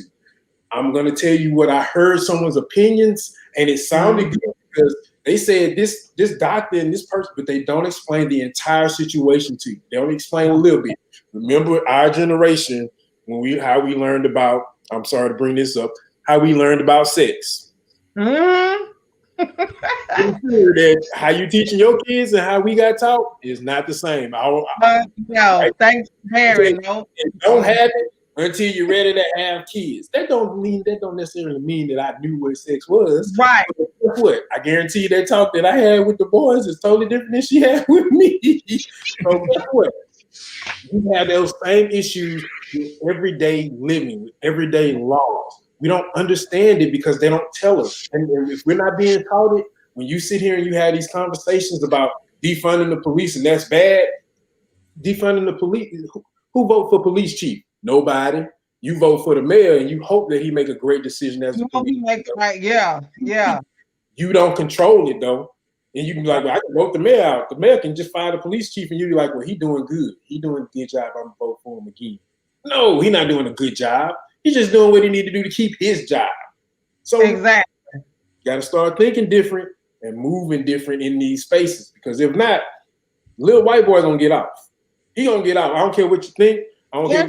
If somebody don't put him behind bars for 30 days, if somebody don't do that, if they do that, I'm gonna be surprised. I'm gonna be like, oh wow, I didn't see that coming. And the only reason why they would even probably entertain it is because we're sitting here saying ain't nothing gonna happen to that white dude. I mean, it was the police chief that said, well, if they had been at home, it wouldn't happen. It's like you sitting here justifying this little ratchet little boy coming over here killing these people. People should have been at home. We had this order or that order. Like, why are you justifying this boy killing these people for no reason? Well, if you're going by that standard, then the militia shouldn't have been out there either. They're not, they're not state sanctioned. You know what I'm saying? And I tell people, that boy walked towards the police with a whole entire assault rifle. Like this, and they went. He was expecting to get arrested, and they told him, "Go on about your business, boy." You know, here you want. If that was me or you who walked towards the police with a rifle, and people running behind us saying, "Hey, he just shot some people," they probably wouldn't even arrested us. They would have shot us on sight. Yeah, he got a rifle. Let's take him out. He done already shot 3 people. Why make it? And people are missing the point of when they say he was defending himself. Okay, well, like you said, I almost cursed. I'm sorry, but your mama drove your crazy ignorant behind across state lines with a rifle. Why are you going across state lines with a rifle, going to a protest and rioting if you were not intent on shooting somebody? Exactly. Why his mama drove him over there? Yeah. His mama drove him over there. His mama dropped him off. Like you number party. You were not going to defend anybody's property. And you are a 17-year-old child. You need to stay in your place. That you had no business going across state lines trying to, call yourself defending somebody's property. You don't know people. You don't know these people from anybody. Period. So say he was defending himself. Everything that he did before that negated that whole defending yourself argument. You wasn't there in the first place. Right? I hope she's in jail. No, she ain't. No. They got a nice hotel room and got some grapes and room service. This conservative Christian group saved up like $90,000 for his defense. Yeah. And this is a conservative Christian. You know what? And somebody put a great meme on Facebook. They said, "Do racist people think heaven is segregated?" Yeah, that's what I want. You know what I'm saying? Like how can you be racist and a Christian at the same time? I'm lying. And God said, you don't hate anybody. You're supposed to love your brothers like you say you love me, right? Mm-hmm. Do you just think he was talking about white people? You see what I'm saying? Like, but let's say this boy got a rifle, which he was not of age to have. Mm-hmm. Which made it another felony with the gun. Inserted yourself into a situation that you had no business. That's like me getting a gun and they got a Klan rally. In what state's border? Oklahoma. And I go into the Klan rally with my rifle, right? And I'm looking crazy at people and I shoot one of them. Everybody started chasing me and I turn around and shoot 2 or 3 more of y'all jokers and I kill y'all. Mm-hmm. I won't be allowed to say I was defending myself. I was in Fear of My Life. That's the Ku Klux Klan. You know how many black people they done hung in about 100 years? You know what I'm saying? You going to a protest. Right. With a rifle. What were you intending to do? Exactly. What exactly were you intending to do, sir? You were not thinking about protecting nobody. It ain't yours. It is not your property. And you are not old enough to have a gun, sir. I don't care the fact that most white folks be teaching y'all to shoot from the time you come out the womb. They get start early. You were able to have a gun. So it happened after that, all of that, negates the fact that you talking about you defending yourself. Exactly. And so if I insert myself into a situation, I'd be allowed to say I was defending myself. You should have been in the first place. Right. I shouldn't have been there. I shouldn't have been there. Period. I see some jokers outside minding their business, and I go over there and start to mess with them, and then they jump on my behind and I shoot two of them. I shouldn't be allowed to say I was defending myself. You shouldn't have been there. His mama, she needs to be in jail too. Like, hey, y'all wonder what that conversation was like on the way there. Like, what was y'all talking about on the way there? You shoot as many jokers as you can. You find as many jokers to fight to shoot as you can. Well, you know, they justifying it because one of the guys he shot was a pedophile, and I'm like, okay, so he already went to jail, so he served his time. He's already on the list, and he's already alerted the community that he's a pedophile. Right. I get it. He's a pedophile. The other thing is what was he doing wrong at the time? Exactly. If I live in a place, I don't care what I am. If I live in a place, I don't have a weapon. It's my community. You done came from out of town and you don't live here. We've been talking about this for the last 3 months, how people go to another town, have these riots and are rioting and looting, how it's wrong. Okay. Right. Now you starting to see who these culprits are. Now, those two guys that he shot, one of the guys is from that community. He's a pedophile. Should he be dead though? He wasn't dead when he was a pedophile, when they convicted him of pedophilia. Exactly. Dead because did he touch him or something? Did he touch him or something? That's why they brung up that he a pedophile, or was he because that's what I say about the news. The whole thing about the news nowadays is to say what we'll do is we'll acquiesce to this person did something, but on the flip side of the coin, this is what they did previous. Your background, if you looked into everybody's background and you looked at where they were at to where they are right now, I'm pretty sure a lot of people got some stuff they don't want you to know about. That man who's sitting in their office was grabbing people by the what? I'm not gonna say nothing. I'm not gonna talk about it. I'm gonna leave it. I'm gonna leave it. He was grabbing like private parts. You know what I'm saying? Is they find ways to look at certain situations that fit their narrative. Yeah. Somehow he deserved it. And I asked the person you asked, Barry, I was like, well, okay, we talking about pedophilia. This dude has been on, if you sexually harass somebody and then you settle out of court, oh, you did that. Now, I know that most people will be like, but he didn't say he did it. That doesn't mean he did it. No. If you told me I stole $5 million from the bank and I'm sitting in, I'm gonna go to court and be like, yeah, I'm guilty. I ain't got no money though. I'm guilty just to get out of the situation. You don't settle when you know you did nothing wrong. Period. That's not in the story.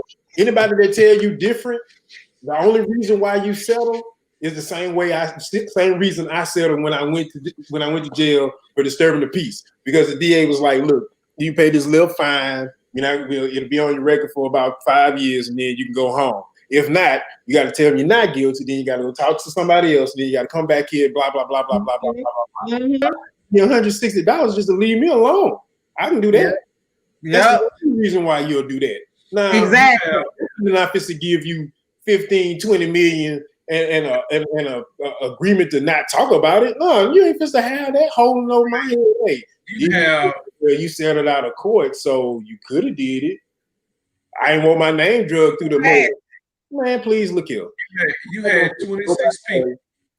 Keep your hands and your penis to yourself. Period. Dot. Amen. And if you can't do that, you might need to go to jail for a little bit and think about it. And then he should have been in jail. So he had 26 different women. In the same way with him, they do the exact same thing for the little white kid. It's why that this is what makes it okay. This is why it's okay. It is not okay to take someone's life, period, without justification. If you were under attack, as my mom used to tell us all the time, if you was at where you was supposed to be at, that would not you was supposed to be at, that wouldn't have happened. Oh, it's my fault. Even though all the other stuff, we ain't worried about all the other stuff. We talking about what you did. They talking about all that other stuff. I don't talk about all that other stuff. I'm talking about what you did. You wouldn't have had people if you'd have been sitting at home playing Call of Duty. You wouldn't have had to shoot 3 people if you'd have been on your side of where you were citizen. Yeah. But they're not gonna say that. It's called character assassination. Yeah. They gonna use anything they can to change the narrative to what they want. It does not matter who this boy. He was wrong in every way, but it wasn't right in it. But it's amazing how they would try to assassinate your character. Justify. All of a sudden, James Blake he had warrants for sexual assault and what was it, battery or some crap like that. He did. But it does not matter because it doesn't matter because for one, he was trying to break up a fight. He said he was relieved when the police got there. But they immediately focused on him. The one black guy out there, they focused on him. Somehow, it happens. It's the same book over and over again. Try to assassinate your character to justify shooting and killing you. That little boy, they showed pictures of him painting some kind of freaking wall or some crap, as if they justify you shooting 3 people for no reason. And they also, I'm glad somebody else put a video out showing him attacking and beating up this little girl, hitting it from the back. You know what I'm saying? He started hitting the back of the head and crap. You know, like they showed a picture of what's the dude named King, the one you always Ted Bundy. They showed reading books to kids, but he was also killing women at night. So was and had a fiance. But they will use anything to your character to explain away. You deserve to be shot, no matter if what you did was 20 years ago. Right. What you deserved it, and this boy is a hero because he shot 3 people and killed 2 of them. You know what I'm saying? Never mind the fact that he shouldn't have had a gun. He shouldn't have had his behind across state lines. And just like my mama, and which is what we always told Kaylin, not reduced too much because she was always, but Kaylin, always, what did you do? Right. Why were you even there? You know why that was a question from the time he was in middle school all the way. Why were you there? What did you do? You see what I'm saying? It doesn't matter about these other people. Why were you there? Exactly. I can't stand when they do that. But they would do, especially when it comes to us. And I'm surprised that he killed 3. He shot 3 white people and killed 2 of them. And I'm surprised he in jail now because I think he in jail with no bond. Yeah, he in jail without bond, but that's only because they didn't want they little jail burned down because we burning everything down now. Right, we burned it down. They burning something down, baby. They burning. They striking matches to everything now. So you know what? You know what? He going to jail. He probably gonna get off, but we gonna put him in jail, no bond, because if we do not, they gonna burn this joker down. So what? Why? My thing is, why wouldn't you expect that when you know that he is guilty? Yep. I get. Even if I say you're right, son, you have a right to defend your life if you believe you're in danger. But again, what you're doing, the way you went about it, you're not supposed to be here. You're 17. Where your parents at? Oh, where you? That's what I'm saying. Your mom dropped you off and went back home, and she left you in the care of these people who aren't your guardian. I get that if you felt like these guys may have killed you or were gonna kill you or hurt you real badly, I got it. But at the end of the day, I can get them on assault because that's what that is. But I can't. Dead people don't get charges. You killed 2 people. you killed 2 people. You weren't supposed to have a weapon. You aren't supposed to be here. Technically, you ain't Batman, and even if you are, they're still being. Gotham City still looking for Batman. He a vigilante. It's against the law. You got to go to jail for something. You can't be in here talking about, well, I was afraid for my life. No, we do not even teach our kids that. And that's one of those things that when you go back and you say, hey, guess what? Be where you're supposed to be at. Be home at the time you're supposed to be home. All this stuff for reasons. Reasons like this. Because I can't tell Trey, hey man, mama said no, I'm saying no. I have to explain to him why the answer is no. No. My mom said I can't go. Did she say why? No, she didn't say why. I got to tell him why. And that's the sad part. If you white, tell your kid they can't do something and see if they come back with a why. Or actually even care. But I guarantee you, the why won't be at 10 o'clock at night in Somerville, South Carolina. I can't trust the police to send you to my house. Right. I'm sorry. I can't expect that to happen. Oh, wait a minute. What? Because you black, you're a male. That's it. We don't live, well, I ain't gonna say unfortunately. Fortunately, we do not live in the quote unquote bad parts of Charleston. So it ain't a lot of us around here. So when you see black kids, it's like, oh look, that's cool. Oh, that got one. Yeah. When we was in Clovis, when we had you go to Walmart and play the black people game, how many black people you see today? And it'd be like 0 or 1. But it's not a lot of us out here in those places and spaces. That's one of those things that, one of my frat brothers was telling me. He was like, I needed to hear how it sounded, how you felt when you dropped your son off at school, because that's one of those things we don't talk about. I need to hear, hey, you gonna cry when you drop him off. The crying ain't me. I'm afraid for my child's life. The crying, first and foremost, the crying is I'm sad that my child is going to school without me growing up. Now, the other part of the flip side of that coin, do something to my child. I ain't gonna be crying. I'm gonna be on Channel 5 News. Yeah, we all probably gonna be that, and I mean that's a good point. I mean, Eric, I know your baby's 6. Barry and I, we've had one that went off to college. Roberto, you have some that went off to college. That's a different kind of conversation. Even now, we gotta tell the females like, look, if the police stop you, you can't do what Corinne Gaines did. And I felt like she was within her rights for how she handled herself, but you can't do that because then they gonna come get you.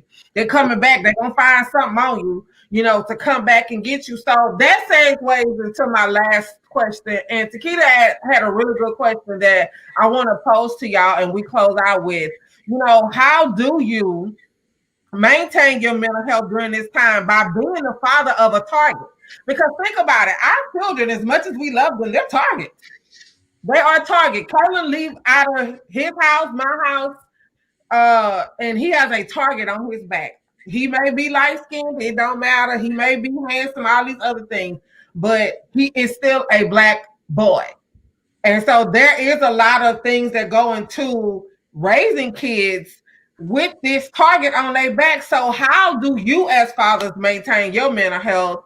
And do you talk to, your sons about that? So Bear, I start with you because I know you have those conversations with Kaylin. I get teary-eyed when I have them. You be like, oh, you tripping,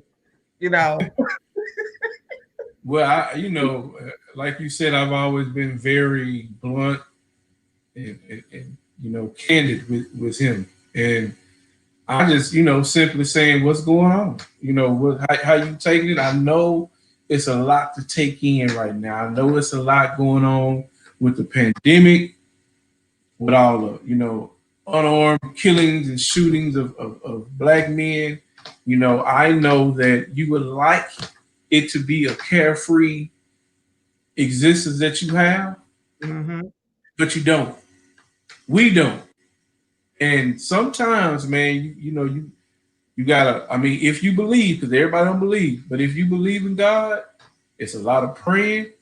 It's a lot of talking. Sometimes you got to talk to yourself, man. You got to try to maintain some type of hope, and you got to see the good in situations. You know what I'm saying? I talk to Kaylin, man, and it don't be these big long conversations.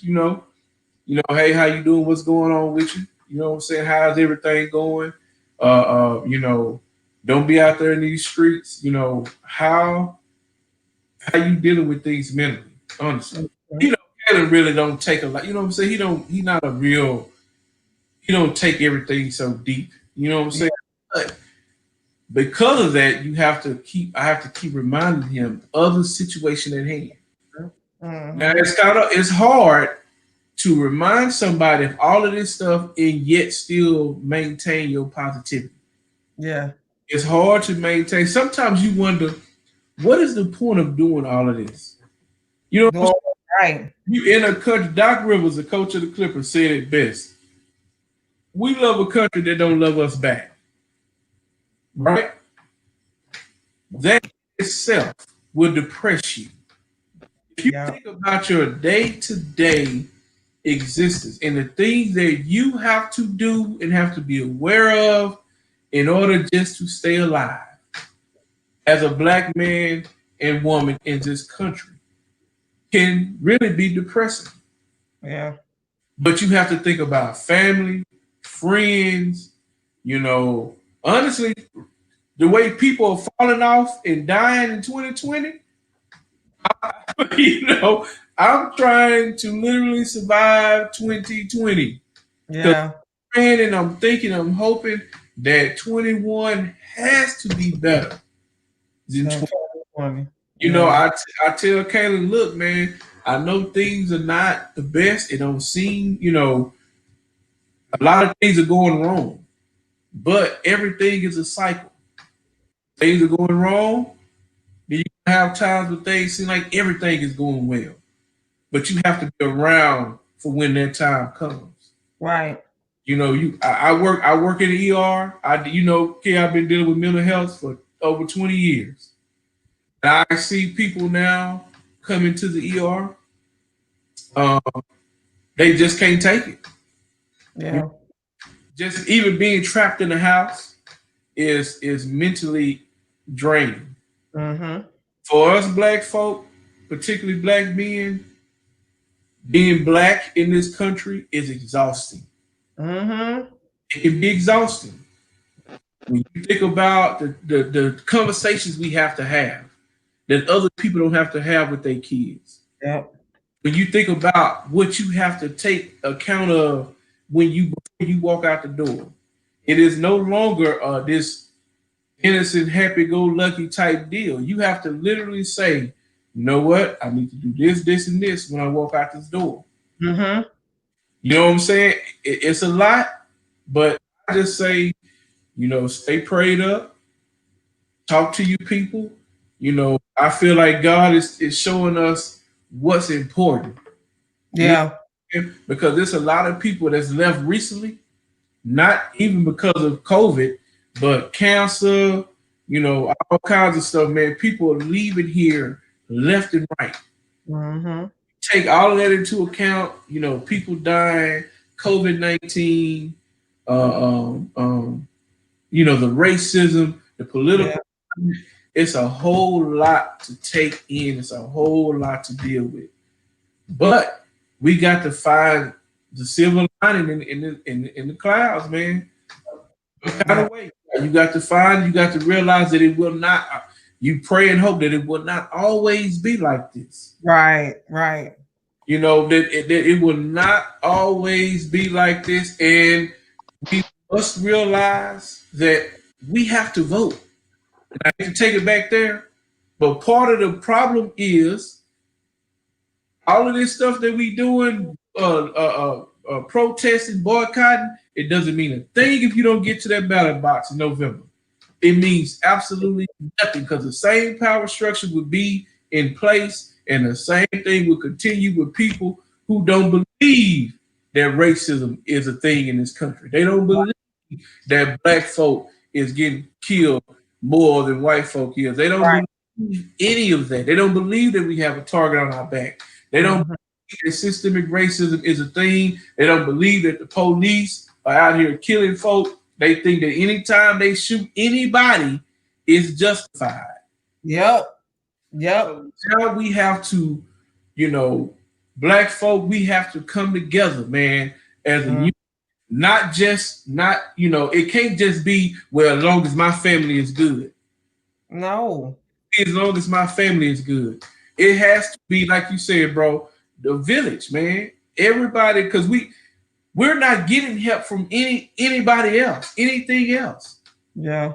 So who else do we have to depend on? We must know each other. It can't be about just my family, my household. Yeah, you take care of your household, but we got to start looking out for each other, man. Mm-hmm. We got to start looking out for each other. You know, that's where we're going to get through this thing, man. And again, people take you behind to the ballot box in November. Vote from local level all the way to the federal. Right. And stay prayed up, man. Stay prayed up. If you believe, stay prayed up. You know, talk to your family, talk to your friends. People out here are depressed, man. People out here got it hard. You know, let people know that you care. Mm-hmm. Let people know that you care, man. That's true. Eric, what about you? I mean, I don't want to call him a baby, but he technically a baby. He's 6. You know, how is your mental being, and how do you check on him even at that age? Like he said, being a black man is hard. It's hard as heck now.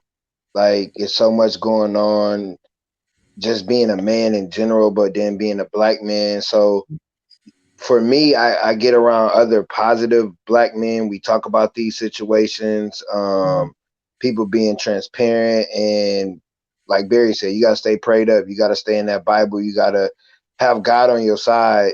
But I took counseling. Counseling was a big thing for our community. Is looked upon as, you know, whatever. But if that's something that I do for my mental health, for my son, I talk to him. Like, when I was a kid, I got whooped a lot. Like, it wasn't no talking. It was just you getting that whooping. Yeah, it was belt first, and maybe it was a belt and the conversation as the belt was hitting you. But yeah. So I talk to him, like, when he gets in trouble or when he does something, like, I explain to him why I'm telling him not to do it, or to, you know, whatever it is. I always explain to him. I ask him, how you feeling? Why did you do that? Did you see that somewhere? You know, so it's more of me and him have a conversation, and it's been like that since he been born. Like, I never baby talked to him. I just always had conversations because I want him to always be able to come talk to me about whatever's going on, because if you don't have somebody to talk to that looks like you, that's like you, then you might go about things the wrong way.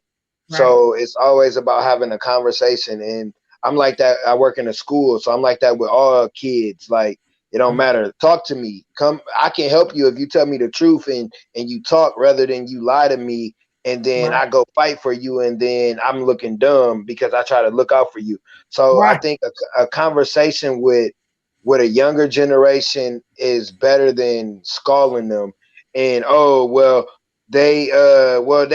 they act a certain way. Well, maybe because they mama cussed them out every day and they getting beat at home. We don't know why they acting that way. So Yeah. with mental health, it starts with a conversation, and you have to listen too. Like, I listen to what he says, and you can't think just because he's 6 or a kid's 13, 14, they don't have any knowledge. You got to listen to the kids and actually take in consideration how they feeling, what they're going through. Because Right. when you don't do that, you become an adult and you have mental health issues, and you wondering why the heck you crazy as all get up because you weren't able to talk to somebody. Nobody listened to you. So that's how I deal with it. It took years to like figure stuff out, but now I'm able to do that with my son.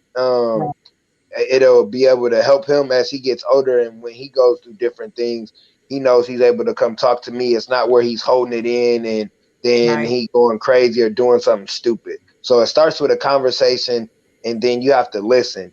But if you're an adult, you got to go have a conversation with somebody because you ain't got all the answers. I don't care how old you are, what you done been through. You got to have a conversation and go talk. You got to be around people like we are right now. I learned a lot in this conversation because I was listening. It wasn't like, oh, okay, I'm coming on here and I'm gonna tell my point and that's it. No, I'm listening. These guys are older than me. They got a little more knowledge than me in certain areas. So I'm gonna listen so I can, okay, I need to work on these few things so I don't have these issues later on down the road.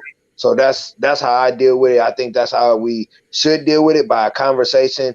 And you got to be transparent. Stop hiding stuff. Everybody make mistakes. Everybody done messed up. Everybody done something wrong. Everybody's seeing every single day. So don't look at it as, oh, I did this and it's worse. Everybody done something. You just got to find that right person to talk to. Right. And I think, Eric, just by you being that way, that's why you probably one of the favorite teachers. I mean, Roberto and I can recall teachers that, were transparent like that we could go to and talk to, in totality, because we don't know what kids are dealing with, at home. Our kids they spoiled right. They would call him before they would call me, because I'm the one that fail. I will fail. I'm one of them parents that I was talking to you while I was beating your behind. He could say it, and that was it. He can say it, and that's why I'm so glad Takeda said that. We need the black men. We need them, because Barrett can say something even right now, and they gonna get right. And me, I'm cussing, screaming, voice just hoarse. And he like, I don't know why you do all that. All you gotta do is just say blah blah blah blah. And me and Nikki looking at him like, really, really.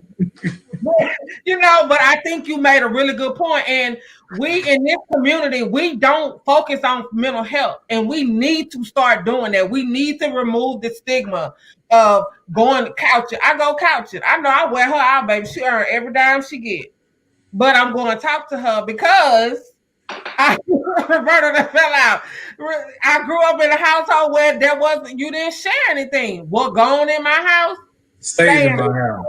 And that's why stuff that happened in them houses is right out here killing people, and it's making us sick to where we out here doing crazy stuff and we not dealing with stuff, so bad. So I really thank you for being transparent. Roberto, you're going to end us out because you have a range of ages, and I'm pretty sure you don't have the same conversation with them. So how do you deal mentally, and do you check on your boys with that? So for me, I do what Eric does. It's a combination of what he doing and what you doing, except I just don't sit on the couch. I have brothers that I reach out to. I have one brother that is a coach. I talk to him in that capacity, and I also talk to him as, hey, from brother to brother. Right. It helps because I think the biggest stigma we grew up with was it's not cool for you to be vulnerable and not articulate what it is and what you feeling and how you feeling and why you feeling. Oh yeah, you a man. You're supposed to be a man. I don't know what that means. If I ain't one at the house, I definitely don't know what that means. But okay, I'm with you on this one. And then then we have to kind of work our way through life and be like, oh, that's not what you were supposed to do.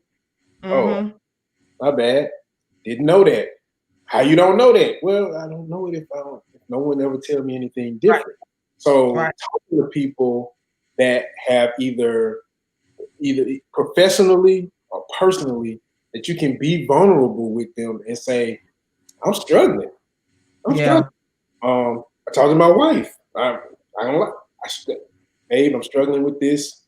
I don't know with this, but I am. Right. As men, we have to understand that first and foremost, if you're a God-fearing person, being a man doesn't mean that you are right. It just means that, hey, God said that, hey, as a man, you're the head of the household. Got you. You have to figure out what that kind of means with your dynamic with your partner. Right. That don't mean the same thing for everybody. It's not the same way for everybody. Leading isn't the same way for everybody. Right. You have to figure that part out. For my boys, it's kind of like that trickle-down effect. I'm not going to say they don't talk to their moms. I'm pretty sure the person in the other room is going to say, well, they call you more than they call me, or they talk to you more. Don't talk about my sis now. Don't do that. I'm not going to say that they do or don't talk to me more. I just think that, for one, there was a certain point in their life where mom reinforced A, B, and C. And then as you grow up, mom's point of view really don't change. You don't ask dad what his point of view is because we are the disciplinarian. I'm going to clothesline you if you're out here in these streets acting a fool. Once you get to clothesline age, I'm not going to clothesline you. What's going to happen is, hey, your mom want me to clothesline you, but I'm not going to. We're going to say that I did, but we're not going to really do that. What is going on? You have to be able to sit down and talk to me. You have to be able to talk to me or mom or somebody that you trust. So at some point, you have to let all of that go. And if I'm going to be vulnerable right now, you feel to be vulnerable right now. Right. Because if you don't see me do it, you're going to be like, oh, I don't know what dad talking about. He ain't never talking to me about stuff. No, you always talking to y'all about stuff. Why? Because for one, when I did not have that continued access to a male to do those things, that's one of those things I wish I had access to. You have access to it. Now, that's not the only access you have. You can call this person, this person, this person, this person, this person, this person, this person. They all know me. If you pick up the phone and say, hey, I'm Roberto's son, Brother Spector's son, got it. What you need? What's going on? Right. Oh, cool.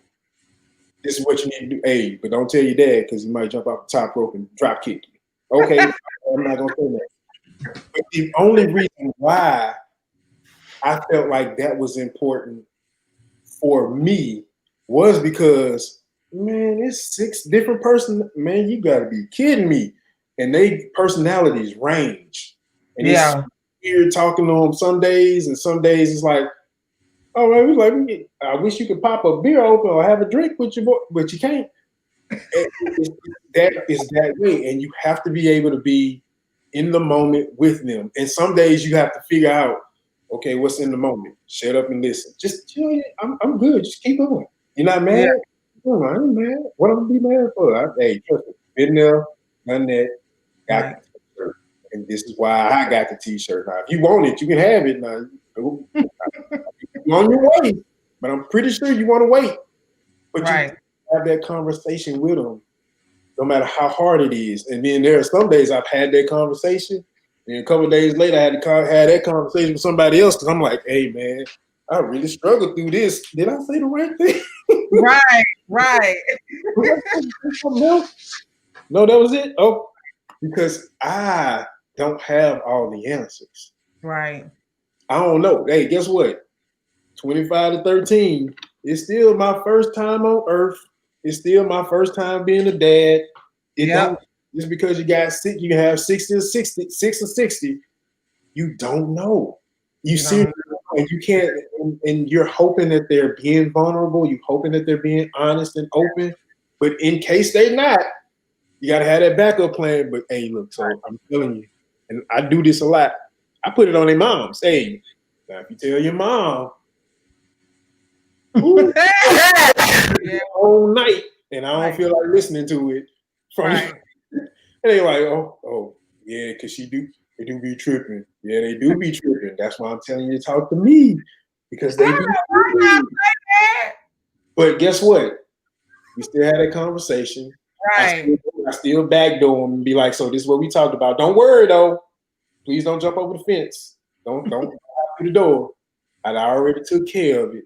Now, when they come talk to you about it, they'll come talk to you about it. And most of the time, they do that exact thing. We'll talk about it, and then I'll get either a text from one mom or, oh, did he come in and talk to you about that?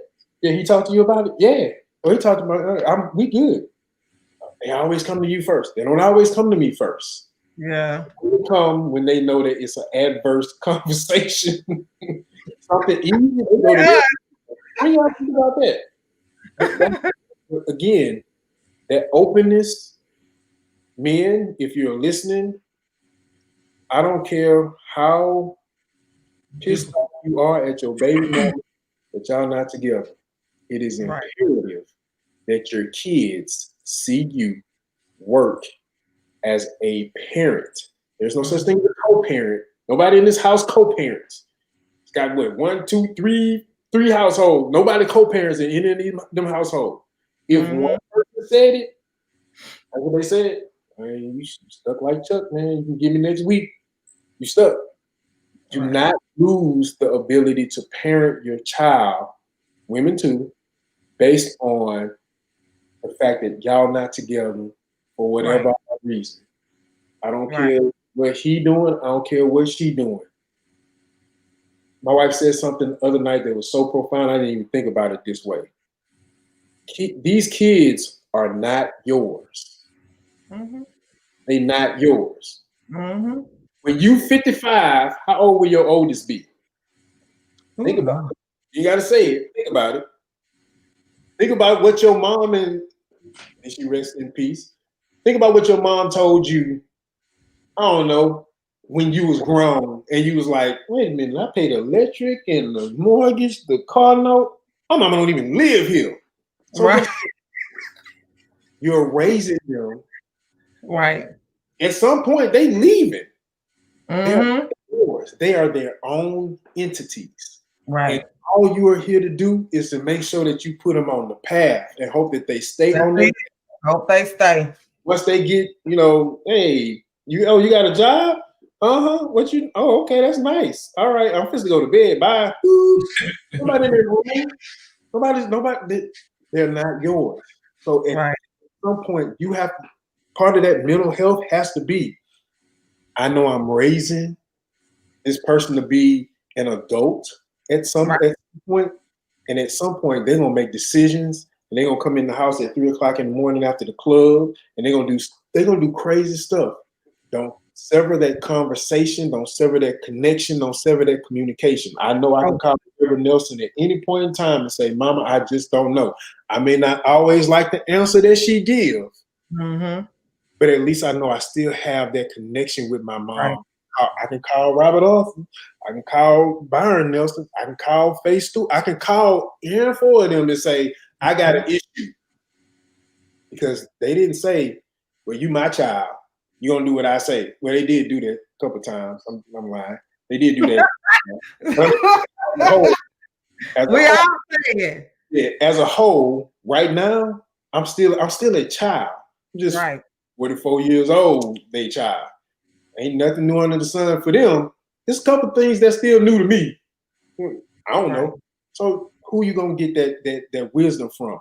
A lot of times, like you said, Eric, if these people are beating their kids and doing these things, and we don't know about it, when they go into society treat them the same way they learn to act. Unfortunately, we don't go get that help. We don't have access to that help for whatever reason. Right. Society says, guess what? The first time I encounter you via the police via the court system, my job is to make sure that you never do that again, one way or the other. Another. We have to be mindful of those things when we're raising our boys and our girls. Yeah. Give kids help if you can. If you can't, find someone that is responsible enough that you believe that they can, hey, I can call this person. Please don't call me. I got 6 of them. I'm good. But you need to call somebody. You need to be able to call somebody to give, seriously, you need to be able to call somebody to give them that perspective. Communication only happens when you can talk, that person hears, and they can regurgitate what it is that you just told them. That's what communication is. Communication is not with the belt in hand, giving out instructions, never to show up at 3 o'clock in the morning, because I'm pretty sure I show up at 3 o'clock in the morning again. But that's my moment. That's just me. Right. And I certainly appreciate all of y'all. Y'all like brought it. I know they enjoyed it. It is so real to hear men talk about, you know, y'all were all vulnerable about raising boys, you know, and it's really, really difficult. So I certainly appreciate y'all so much for joining me on tonight. Next week, I'm giving y'all a break. I'm going to let y'all have Labor Day. Ain't that Labor Day? Yeah, Labor Day. Whatever y'all going to do on that day. But we'll be back the following week with broadcast on educators. So we're going to talk about racism in the education system because we know it's there. And I thank y'all 3 men for supporting me in this. You know, as I post things and share things, of course, I get these really nasty messages in my inbox about what I'm doing and why I'm doing it. And I'm not going to stop. If having these conversations invokes just a little bit of change, then I've done my part. So I'm gonna keep having the conversation. Ain't nobody gonna run me off. As my friend said last week, Makiko, we not going nowhere. We're gonna be right here, white people. We not going nowhere. So get to us.